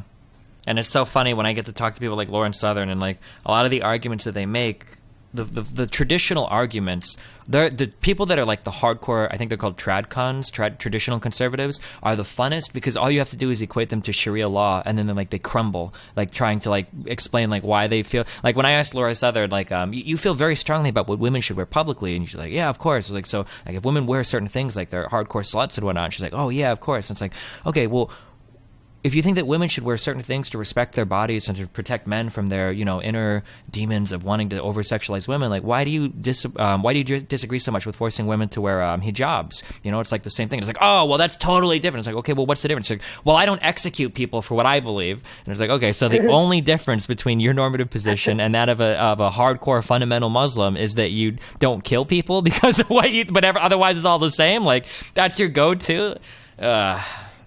Did you have an opinion on the woman question that was circulating in the alt-right community last month or whatever, about whether or not women should be able to be spokespeople for the movement, about why women shouldn't be? Oh, no, they absolutely shouldn't be. It's totally hypocritical. And I want to say that I want to claim a little bit of credit for that, because I hammered both Roaming Millennial and Lauren Southern in a big, there was another huge shit show, like 1-on-4 debate, where I hammered both of them on that question. And it was 4 or 5 days after it, Lauren started to engage with that idea more. But that was something that I threw at them a lot in that conversation, where it's like, okay, you think that women are going to be happier at home, are going to be happier with children, are going to be happier not being in this line of work. What the fuck are you doing here? Why are you even talking to me right now? Like, aren't you making yourself miserable? Like, and then the excuses come out. Well, I just want to do this right now, blah, blah, blah. And it's like, okay, that's awesome. Everything you're saying for the right to not have a child right now, the right to pursue a career that makes you happy, the right to do all of these things, even though you're a woman. This is literally like what feminists have been fighting for. This is like, you're literally the product of that. And you are a living, breathing example of a woman foregoing early childbearing in order to pursue a career that they otherwise wouldn't be able to if they were forced to stay at home and have children. And it's like, how do you not see the glaring fucking hypocrisy in your position? And then, a few days later... Oh, sorry, go ahead, yeah. It's fascist feminism. It's feminism for fascist white women. Maybe. I don't even know. I don't think so. I think it's just massive cognitive dissonance. I think it's just a really... because, like, her justification was like, I think she's 23. How old? Do you know how Lauren Southern is? No, but I'm willing to whatever number if people want to correct us. It's some really low 20s number, but like her excuse is like, oh, well, I'll have a kid soon. I just, I'm not ready for it yet. It was like this really weird wishy-washy. Yeah, 22. It was just like this really weird wishy-washy thing. I don't even think it's an exception for white women. I think it's literally that the what we talked about earlier, the attribution error, that where it's like, well, other women are just doing it because they're whores and sluts, but I'm not having a kid right now for a really good reason. Like, my message is really important, and it's okay for me not to do it, but no one else is allowed to make the same choice. I think it's more that thing than just for white women even. I'll concede that one. Mm-hmm. I don't think. Yeah, I mean, the fascist feminism was a bit ironic. Just as she's making feminist arguments for herself. Within a system that doesn't actually encourage that in any way, or even have a space to allow for that. Yep. That's what she's arguing for. Or when is her space for that. A while ago, I had a big call, and Tara McCarthy showed up, and she started making arguments. I asked her. I said, "Do you consider Jewish people white people?" And I didn't even know she was half Jewish when I asked this, and she was like, "Well, if Jewish people want to join the white cause, and they want to kind of advocate on behalf of all of us as white people together, then yeah, sure, I would accept Jews into my ethnostate." It's like, okay, well, it sounds like you're talking about the malleability of what it means to be white, which kind of sounds like you're not big on an ethnostate, but rather like a collective identity. Like, she was like making any argument that I would make for the arbitrary definition of race, but she was doing it on her own. Yeah, holy shit. Right. Well, she was doing that to avoid answering your question, which was a typical theme as well. Also, because I found out that apparently she's half Jewish, I didn't realize, but yeah. Yeah, but this whole idea of I'll appeal to this group, and what they think they are. Mm-hmm. I'm like, whoa, how far are you going to extend that? Because if it's just self-identification, then again, how do you draw that line, as you point out? Yes, very malleable.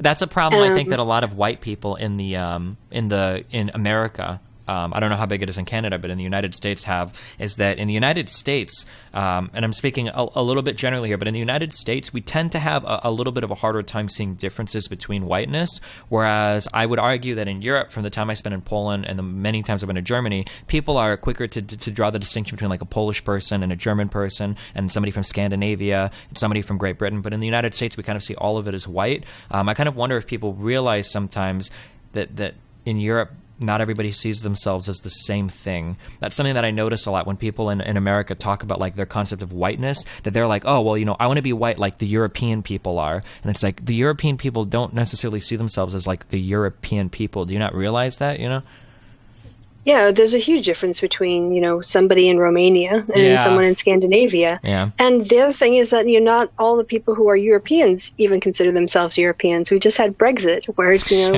just over half of the voting population said, we're not European, we're British. Mm-hmm. Or even like the idea that you would say that like a British person and like an Italian or a Frenchman are like, oh, well, you guys are all white Europeans. And it's like, okay, maybe to an American, but that's, I don't know. It is astounding to me just to look through the credits of a movie to see an American movie. If you look through a German movie, you're going to see German names, maybe Turkish names, but you're going to see predominantly German names. And if you go to see a BBC credits at the end of a show, you're going to see a lot of really typically British names. But in those credits, American credits have names from all over the world in them. And that's the thing about America. It's a thing that I'm actually quite proud of about our country, is that it's not tied to the ideals, not what we are, because I don't think we live up to our ideals. Well, but the that's ideals just because the Jews are trying to get rid of all of us white people. Right. Of what it means to be an American is something that is open to anybody. Mm-hmm. And that, I think, is really special, and it goes against everything that a white ethno-state stands for. And I pick my side. So, well. Yeah, I guess I don't know. How long these? What? Yeah, I was gonna say I don't know how long these normally go, but it hasn't felt that long. But it looks like it's been like an hour and a half, although it's flown by. Sure. Are there any other topics or anything that you wanted to bring up or chat about or anything? Well, I mean, I could just very briefly, if you're interested in it, about the whole, we have access to the science and there are only two genders kind of debate. My doctoral thesis looked at psychological measures of gender. Mm-hmm. And the two main forms are the Personal Attributes Questionnaire and the BEM Sex Role Inventory. And for my thesis, I ended up using the PAQ, the Personal Attributes Questionnaire. Mm-hmm. And it's interesting because when that test was developed, the way they developed it was in the 1970s, psychologists started to rethink gender as being binaries and more like a spectrum. Mm-hmm. And so they wanted to get an idea of what are masculine and feminine norms in our society. They did this in the way that psychologists often do, by using undergraduate students. Mm-hmm. So they had a bunch of their white middle-class American undergraduate students brainstorm what attributes would you associate with the ideal man and the ideal woman. And they collected those from, I don't know how many the dozens of students. So they collected all of these brainstorming exercises, and from that they got the most popular ones, and they turned that into a battery of masculine and feminine. And then they took that test and they applied it to the next group of undergraduates that were coming through.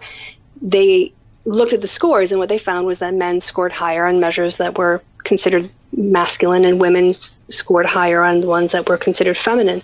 But when they came to develop their categories, what they noticed, it was not the case that men were scoring really high on the masculine and 0 on the feminine, or women high on the feminine and 0 on the masculine. There was a range, there was a distribution. So some people, right, so if you took the mean of 700 students, and let's say the mean score for the masculine battery was 23, anybody at or above the mean, you would say would be high on that particular score.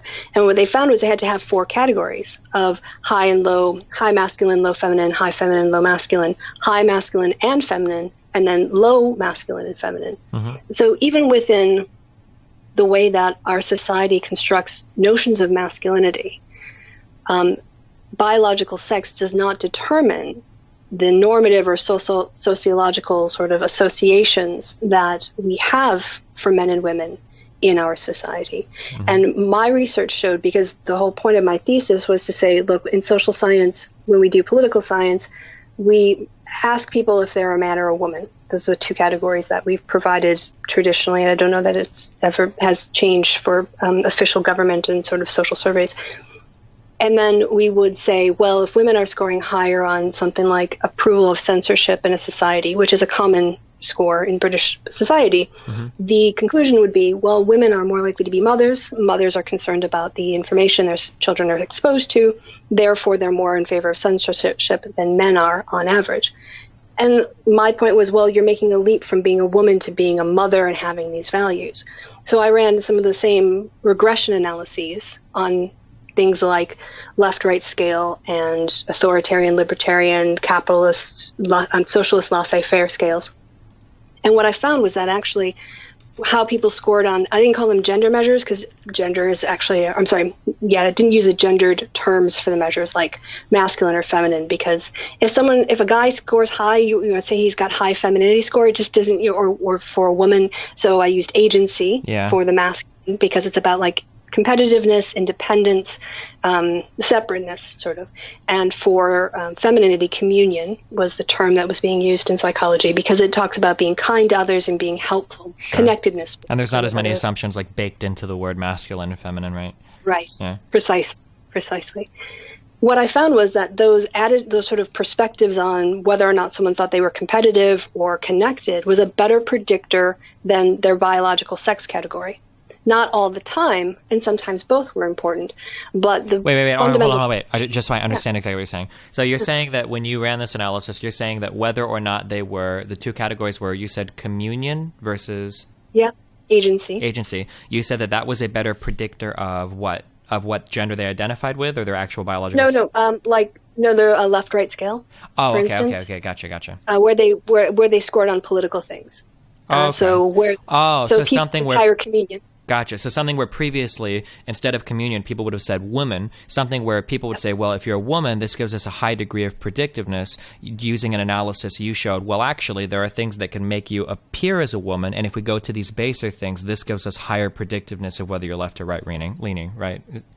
Exactly. Okay. So when I put my attributes into the model, I'll just say a technical term, sex became statistically insignificant in several of my models. That means all the explanatory power that sex was picking up without those measures was now completely accounted for by the masculine or the communion agency measures. Yeah, and then that had greater predictive power and more precise predictive power. Yeah, gotcha.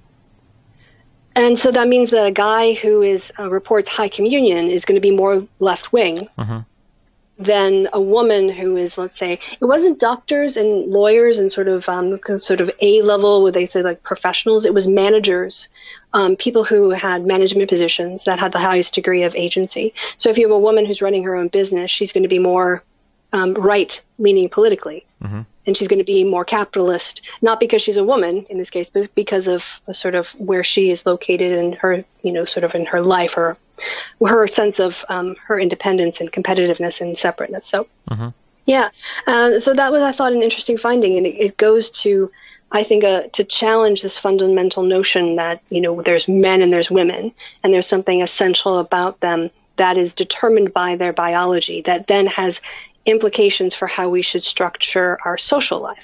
Sure. And I think my findings basically show that that's not a very sound explanation for why people hold the political attitudes they do. Yeah, which is especially interesting because not only not only may there be sex identities that do manifest in political ways, but these have also been. It's interesting that your regression would show this even when we reinforce what we believe to be true about men and women in society as well, right? That your regression could fail and you could still argue that it's possible that in a different society people would look a different way because we socially enforce gender roles so much. But even though we do enforce the gender roles, your research can still show that being a man or a woman isn't necessarily more predictive than some other quality, if that makes sense. Exactly, and there are cohort effects. So when you see in agency, younger men under the age of 25, have the highest sense of their own agency, and then it kind of drifts down as they get to retirement age. Sure. But their communion goes up, especially later in life. Whereas with older women, their communion pretty much stays the same across the cohorts that I looked at. But younger women have a higher sense of their own agency where by the time you get to 65 and older, women and men are pretty much the same in terms of their means on that score. So the other thing too is, when you go through life and you gain experience, it sort of changes your perspective, changes who you are. And that sometimes is associated with masculinity or femininity, or you live a little bit and you get more compassion because you've seen things, you've lost people that you loved, and you can empathize with other people who've gone through bad times. So life experience too can have an impact on our sense of connectedness to others and also our sense of our own efficacy. Yeah. So I think that's kind of interesting. I haven't published it yet because I was going to do a book, and then I didn't do the book, and it's kind of hard to write all of this in one article. So Sure. I have an unwritten book that should get published someday. But that's fundamentally the findings of my thesis, and since you seem like a kind of nerdy person, I thought you would find it interesting, and it seems like you did. Yeah, which it's makes me happy. interesting.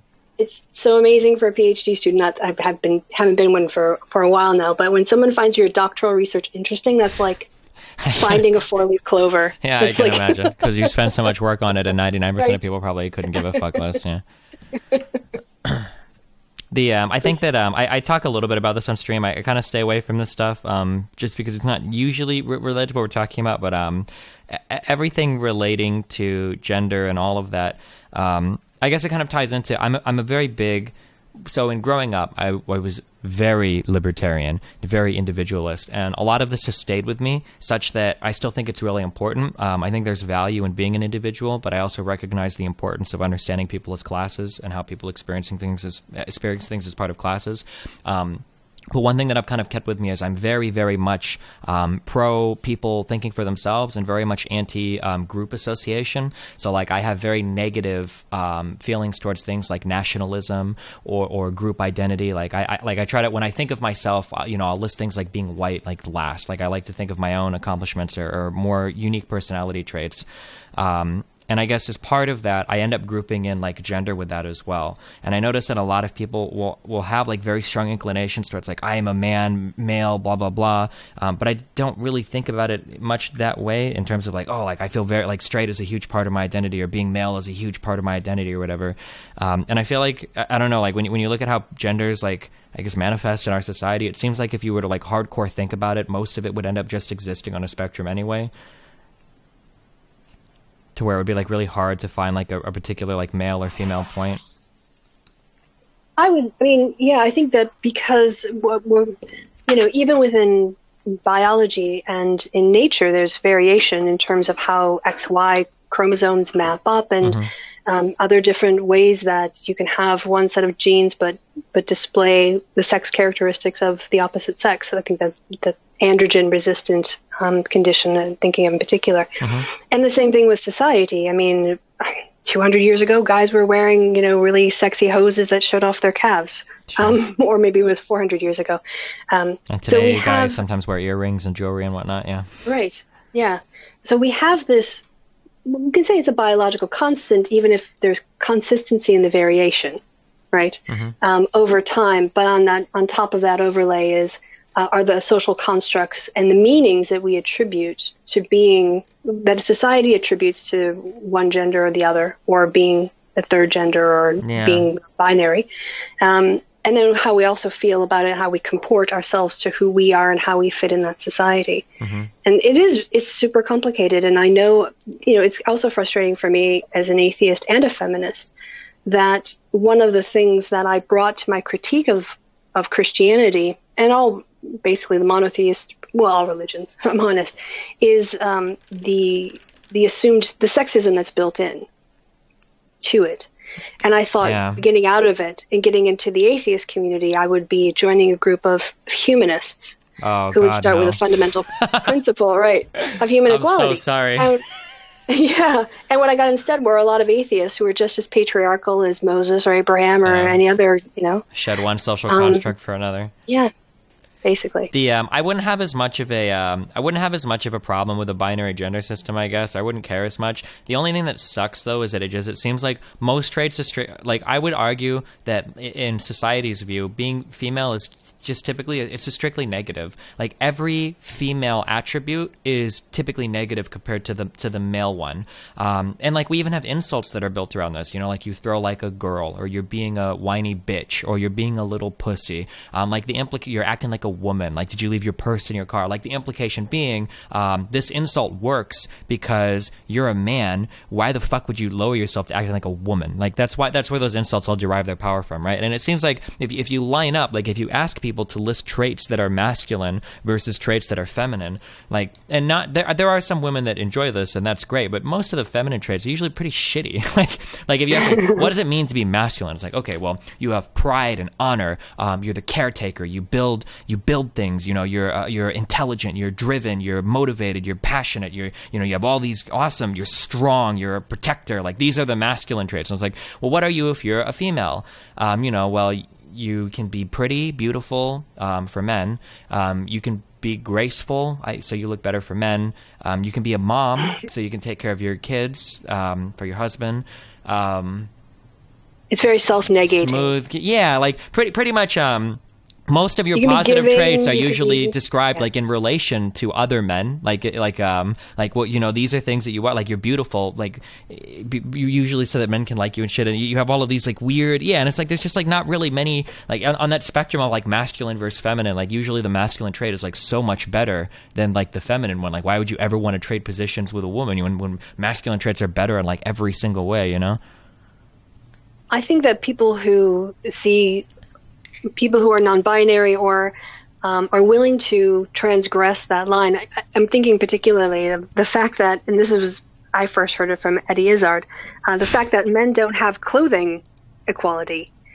As a woman, or women in general, right? If you put a woman in a man's button-down Oxford, she's going to look sexy in that. Sure. But men, kilts, all right. But a guy isn't going to go out most times in a dress unless he's dressing up for some kind of costume or party or whatever, right? It's always for a lark. And so that kind of reinforces what you were saying, that if there was sort of true gender clothing equality and men could wear poodle skirts and just as well as, women can wear trousers, then, or even mixing things up between the two, just making clothes and not having gendered clothing. Yeah. That takes away that certainty of, I'm often reminded when I have these kinds of discussions of that line from one of the Iron Man movies where Tony Stark is arguing with his girlfriend, whose name escapes me at the moment, but he was just as the man says no, as if like that has carried some weight. Sure. But I mean, socially, yeah.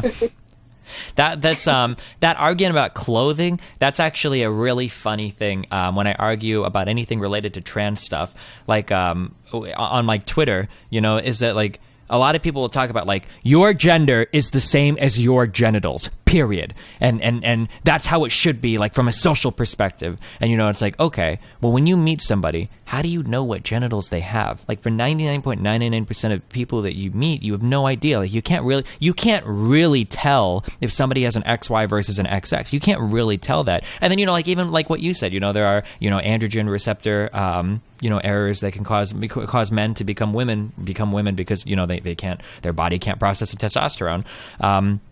And like when people will go into things like, okay, well, men usually look a certain way and women usually in what ways, like the way they dress, because that can be changed socially, like having body hair, because that can be changed socially, having short hair versus long hair, wearing makeup, like these are all things that are 100% social things. Like just because you look at women and they tend to have vaginas, or look at men and they tend to have dicks, like a lot of that is literally just like, I don't like to overuse the word social construct, but I mean, like, it's people that play into the roles that society kind of tells them that they have to play into, but you don't really know, what sex somebody is without actually seeing their genitals, I do. When teaching my students about social constructionism, because again, as qualitative researcher, which is where my research has taken me since my PhD, you have to understand where people are coming from, right? And understand their understanding of the world.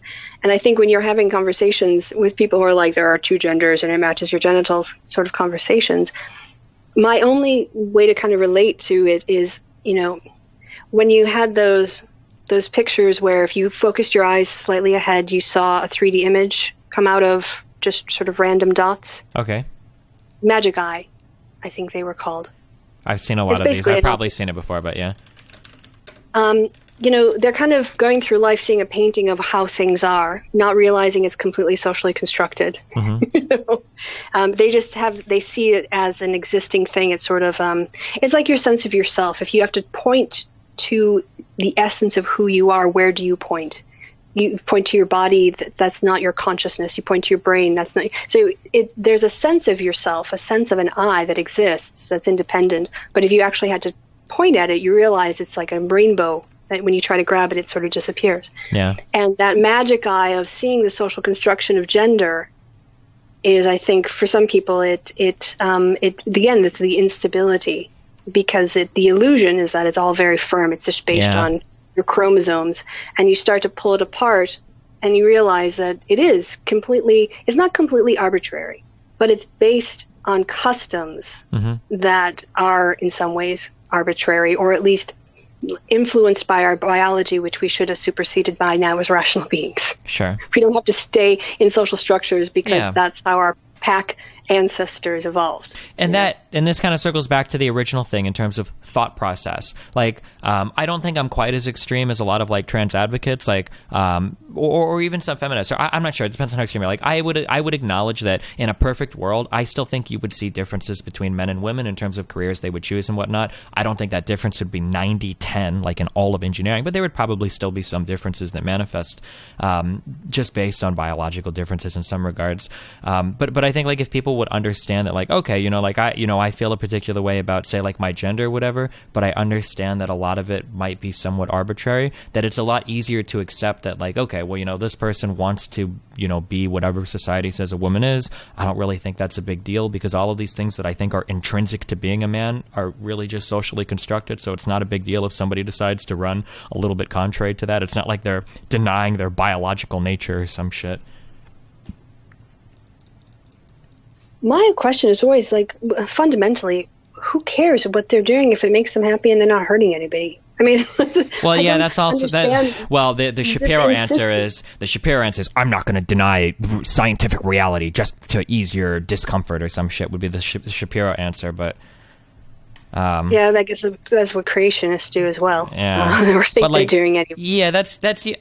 Unfortunately, this is really depressing to say, but I never argue compassionate angles. I always focus on fact and figure because compassion is not compatible with the point of view of most of these people.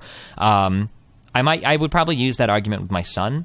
Like, you know, if he were to ask me, like, Dad, like, why, whatever, you know, I'd be like, well, okay, well, you know, people can make choices and you want people to be happy and you want people to want you to be happy. So let people do what makes them happy as long as they're not hurting anybody else. And from a compassionate point of view, that should be enough, you know, like if somebody says, people make such a huge deal about this and all the arguments are so dumb. Somebody's like, you don't have a right to be called anything you want to be. And it's like, motherfucker, have you seen my birth certificate? You don't even know if my name is really Steven. Like, I could introduce myself to you as any fucking name that I want, and you would call me that name. Like, why are you acting like there's some, like, your name is literally tattooed onto your fucking neck at birth, and, like, people have to address you in a certain way. Like, if somebody says they want to be called she or he, it's not a big deal. You know, like, I can do that. It's not any trouble for me. Like, why would I care how somebody wants to be addressed? You know, isn't that really the ultimate right of any person? As long as they're not, like, demanding a title or something that carries some social weight, you know? Like, if somebody wants to be addressed as a he or a she or a Shannon or a, you know, a shepherd or whatever, does it really matter?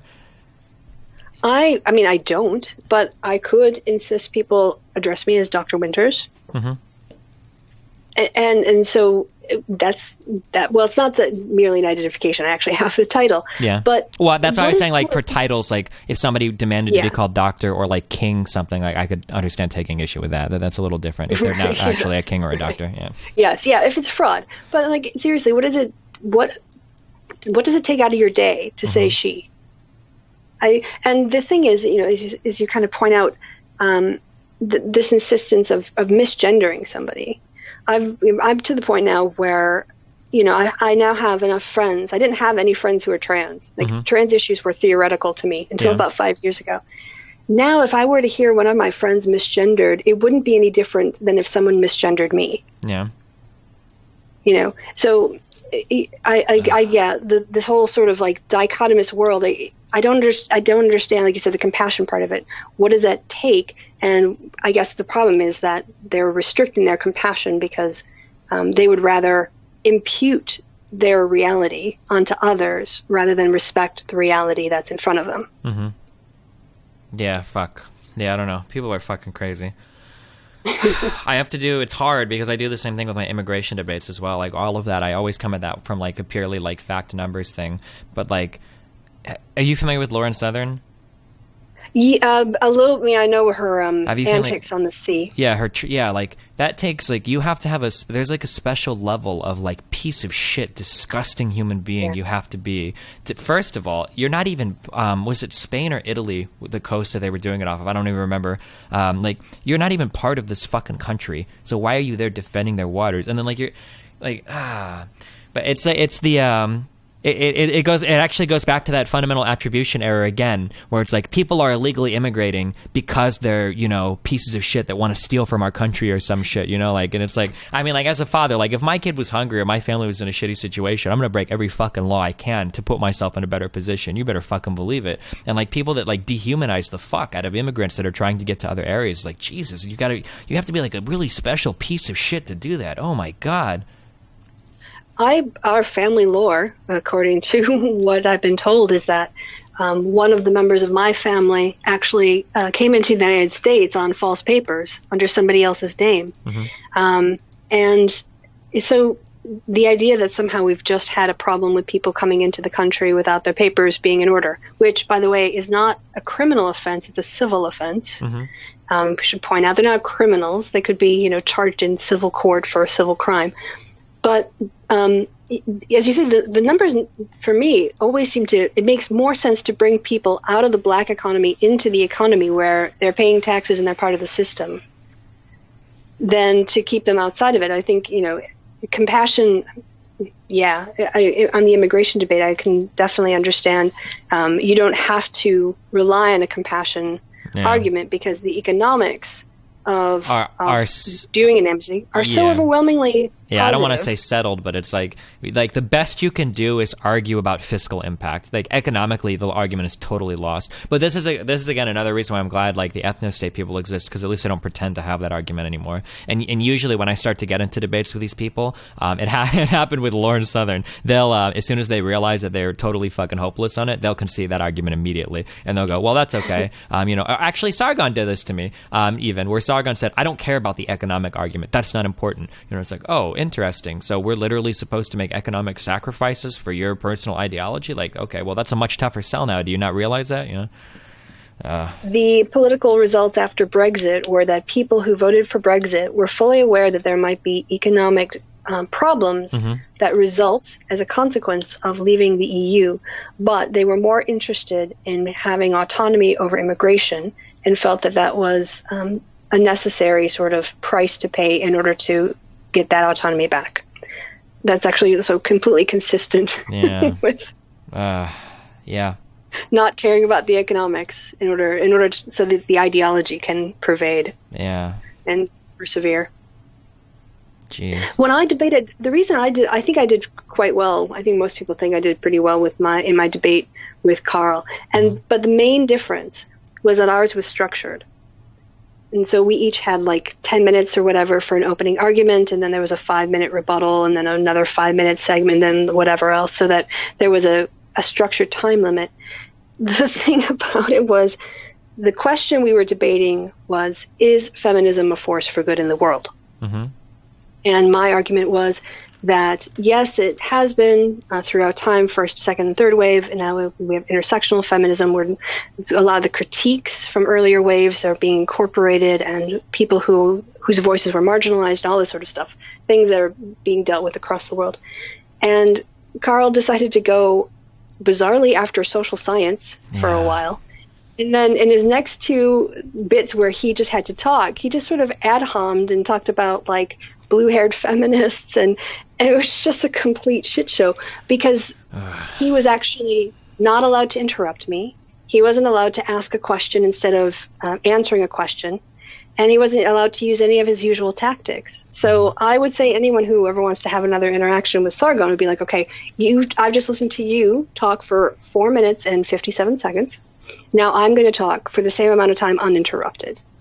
And because that's the format when he actually has to put together a coherent argument and he can't just grandstand. That's where he falls apart. Yeah. Did you ever see his conversation with Michael Brooks? Oh, that was amazing. Oh, yes, I watched that in God. prep. I watched that in prep for our debate.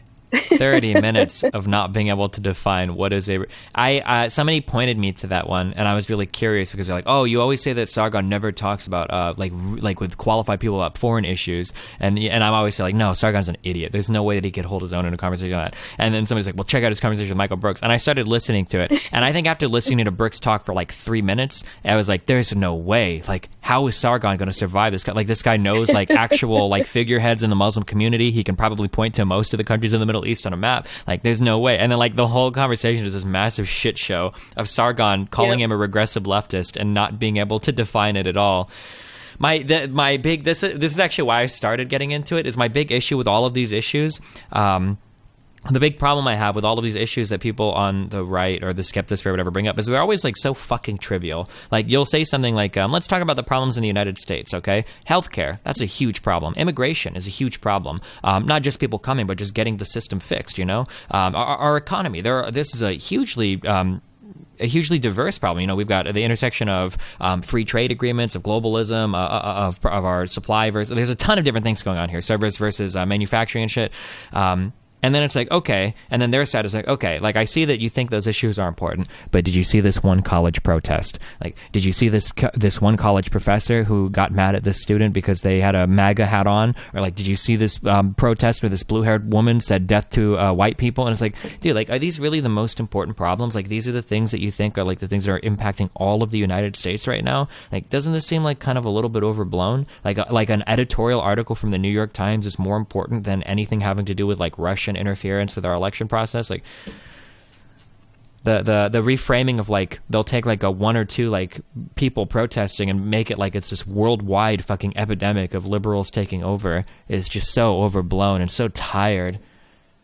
Their channels are the Colosseum, and it's, they are the lions going up against the Christians, but in this case the Christians are the feminists and the SJWs and Black Lives Matter and Antifa.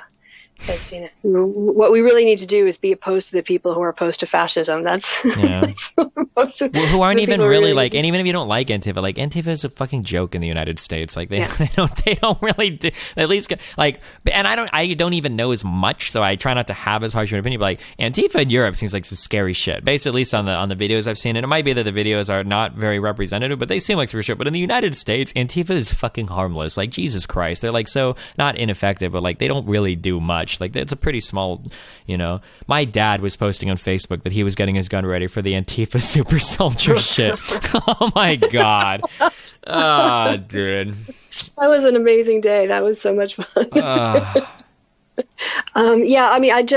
My experience, Europeans whose grandparents or their history involved living under fascism tend to be much more intense in their anti-fascism. I think anti-fascism in the United States, there's Black Bloc and and Antifa itself isn't even really a group. It's more like a action that happens from time to time. Sure. If people feel that there's a fascist making a public appearance. But in terms of its intensity, how many times in the last 2 months have people been murdered by neo-Nazis? The kid who the parents tried to get their daughter to break up with him because they thought he was a neo-Nazi. Oh, did he kill like the mom and the daughter or some shit? Yeah. Or yeah, family, I think. Dude, if it was a fucking... Oh my god. This is like, sometimes I wish that like I could see like alternate realities. Like if this would have been this, what the fuck would the response have been? Could you fucking imagine if the Las Vegas shooter had been a fucking Muslim? Holy shit. We would still be talking about it to this day. But like no one even cares anymore because it's a fucking white dude. Like we're done with that. Like after like 2 weeks we were done with that shit. Because if we talk about him, we have to talk about like gun control. Like, and fuck that conversation. Like, yeah, no way. Or even mental health or whatever. Both things that Republicans don't give a fuck about. But since it was a white dude, like no one cared. And there are even more troubling stories than that. In some small airport, there was a white dude that tried to actually bomb the fucking plane. Like they caught, I don't know if you heard about this or not. I don't even remember where this article was, but this was like somewhat recent, like within the past couple months. There was a white dude that that had like, he brought like a nail bomb or some shit into an airport and they ended up catching him. This got no coverage on like any mainstream news channel. Nobody cared at all about it. And if it would have been a Muslim, we would be talking about it nonstop. It would have been added to the list. Even Trump did it when there was the shooting in, I think it was a Canadian church, and the initial reports were that it was a Muslim, and he was tweeting shit about how this is why we need stronger borders and blah blah blah. And then it turned out that the Muslim guy was the one that turned in the shooter or some shit, and then nobody cared about it anymore. No, it is the case that if we really wanted to talk about the problem of mass shootings in the United States, we'd have to talk what is happening with white men. Because disproportionately, these mass shooters end up being white men. And we'll talk about the radicalization of young Muslim men, but we're not talking about what are the factors and the things that are happening that are producing this. It's a really uniquely American phenomenon. I'm not saying that there aren't other white guys who go on mass sprees. You've got the guy in that awful person in, was it Norway, where he killed those young people, but the amount of shooters just in an average year in the United States is ridiculous. Yeah. And yet, because it's white men, as you point out, we don't talk about the Las Vegas. People still bring up the Boston Marathon bombing, but they won't talk about the Vegas shooter. Yeah. A really funny question, and I've gotten to ask this question a couple of times, and you watch people squirm, is when talking about immigration, when people are like, okay, well, you know what? Fuentes actually brought this up against me. He was like, all immigration is bad because if a single American life is killed by an illegal immigrant, like that's unacceptable. It's like, okay, do you think that like should we heavily restrict our immigration then to people that won't commit violent crimes? Most people will instantly say yes to that. And then if you say, okay, why don't we restrict our immigration to women only? Because like by far violent crime is committed by men. Like, it's like a 93 to like 7. It's like a massively disproportionate. Like, if you just restrict your immigration to only women, the amount of violent crime will drop dramatically. But they'll never agree to that position. And then you have to watch them like wiggle around and like, well, that's not realistic. Blah blah blah. On like how they try to escape that one.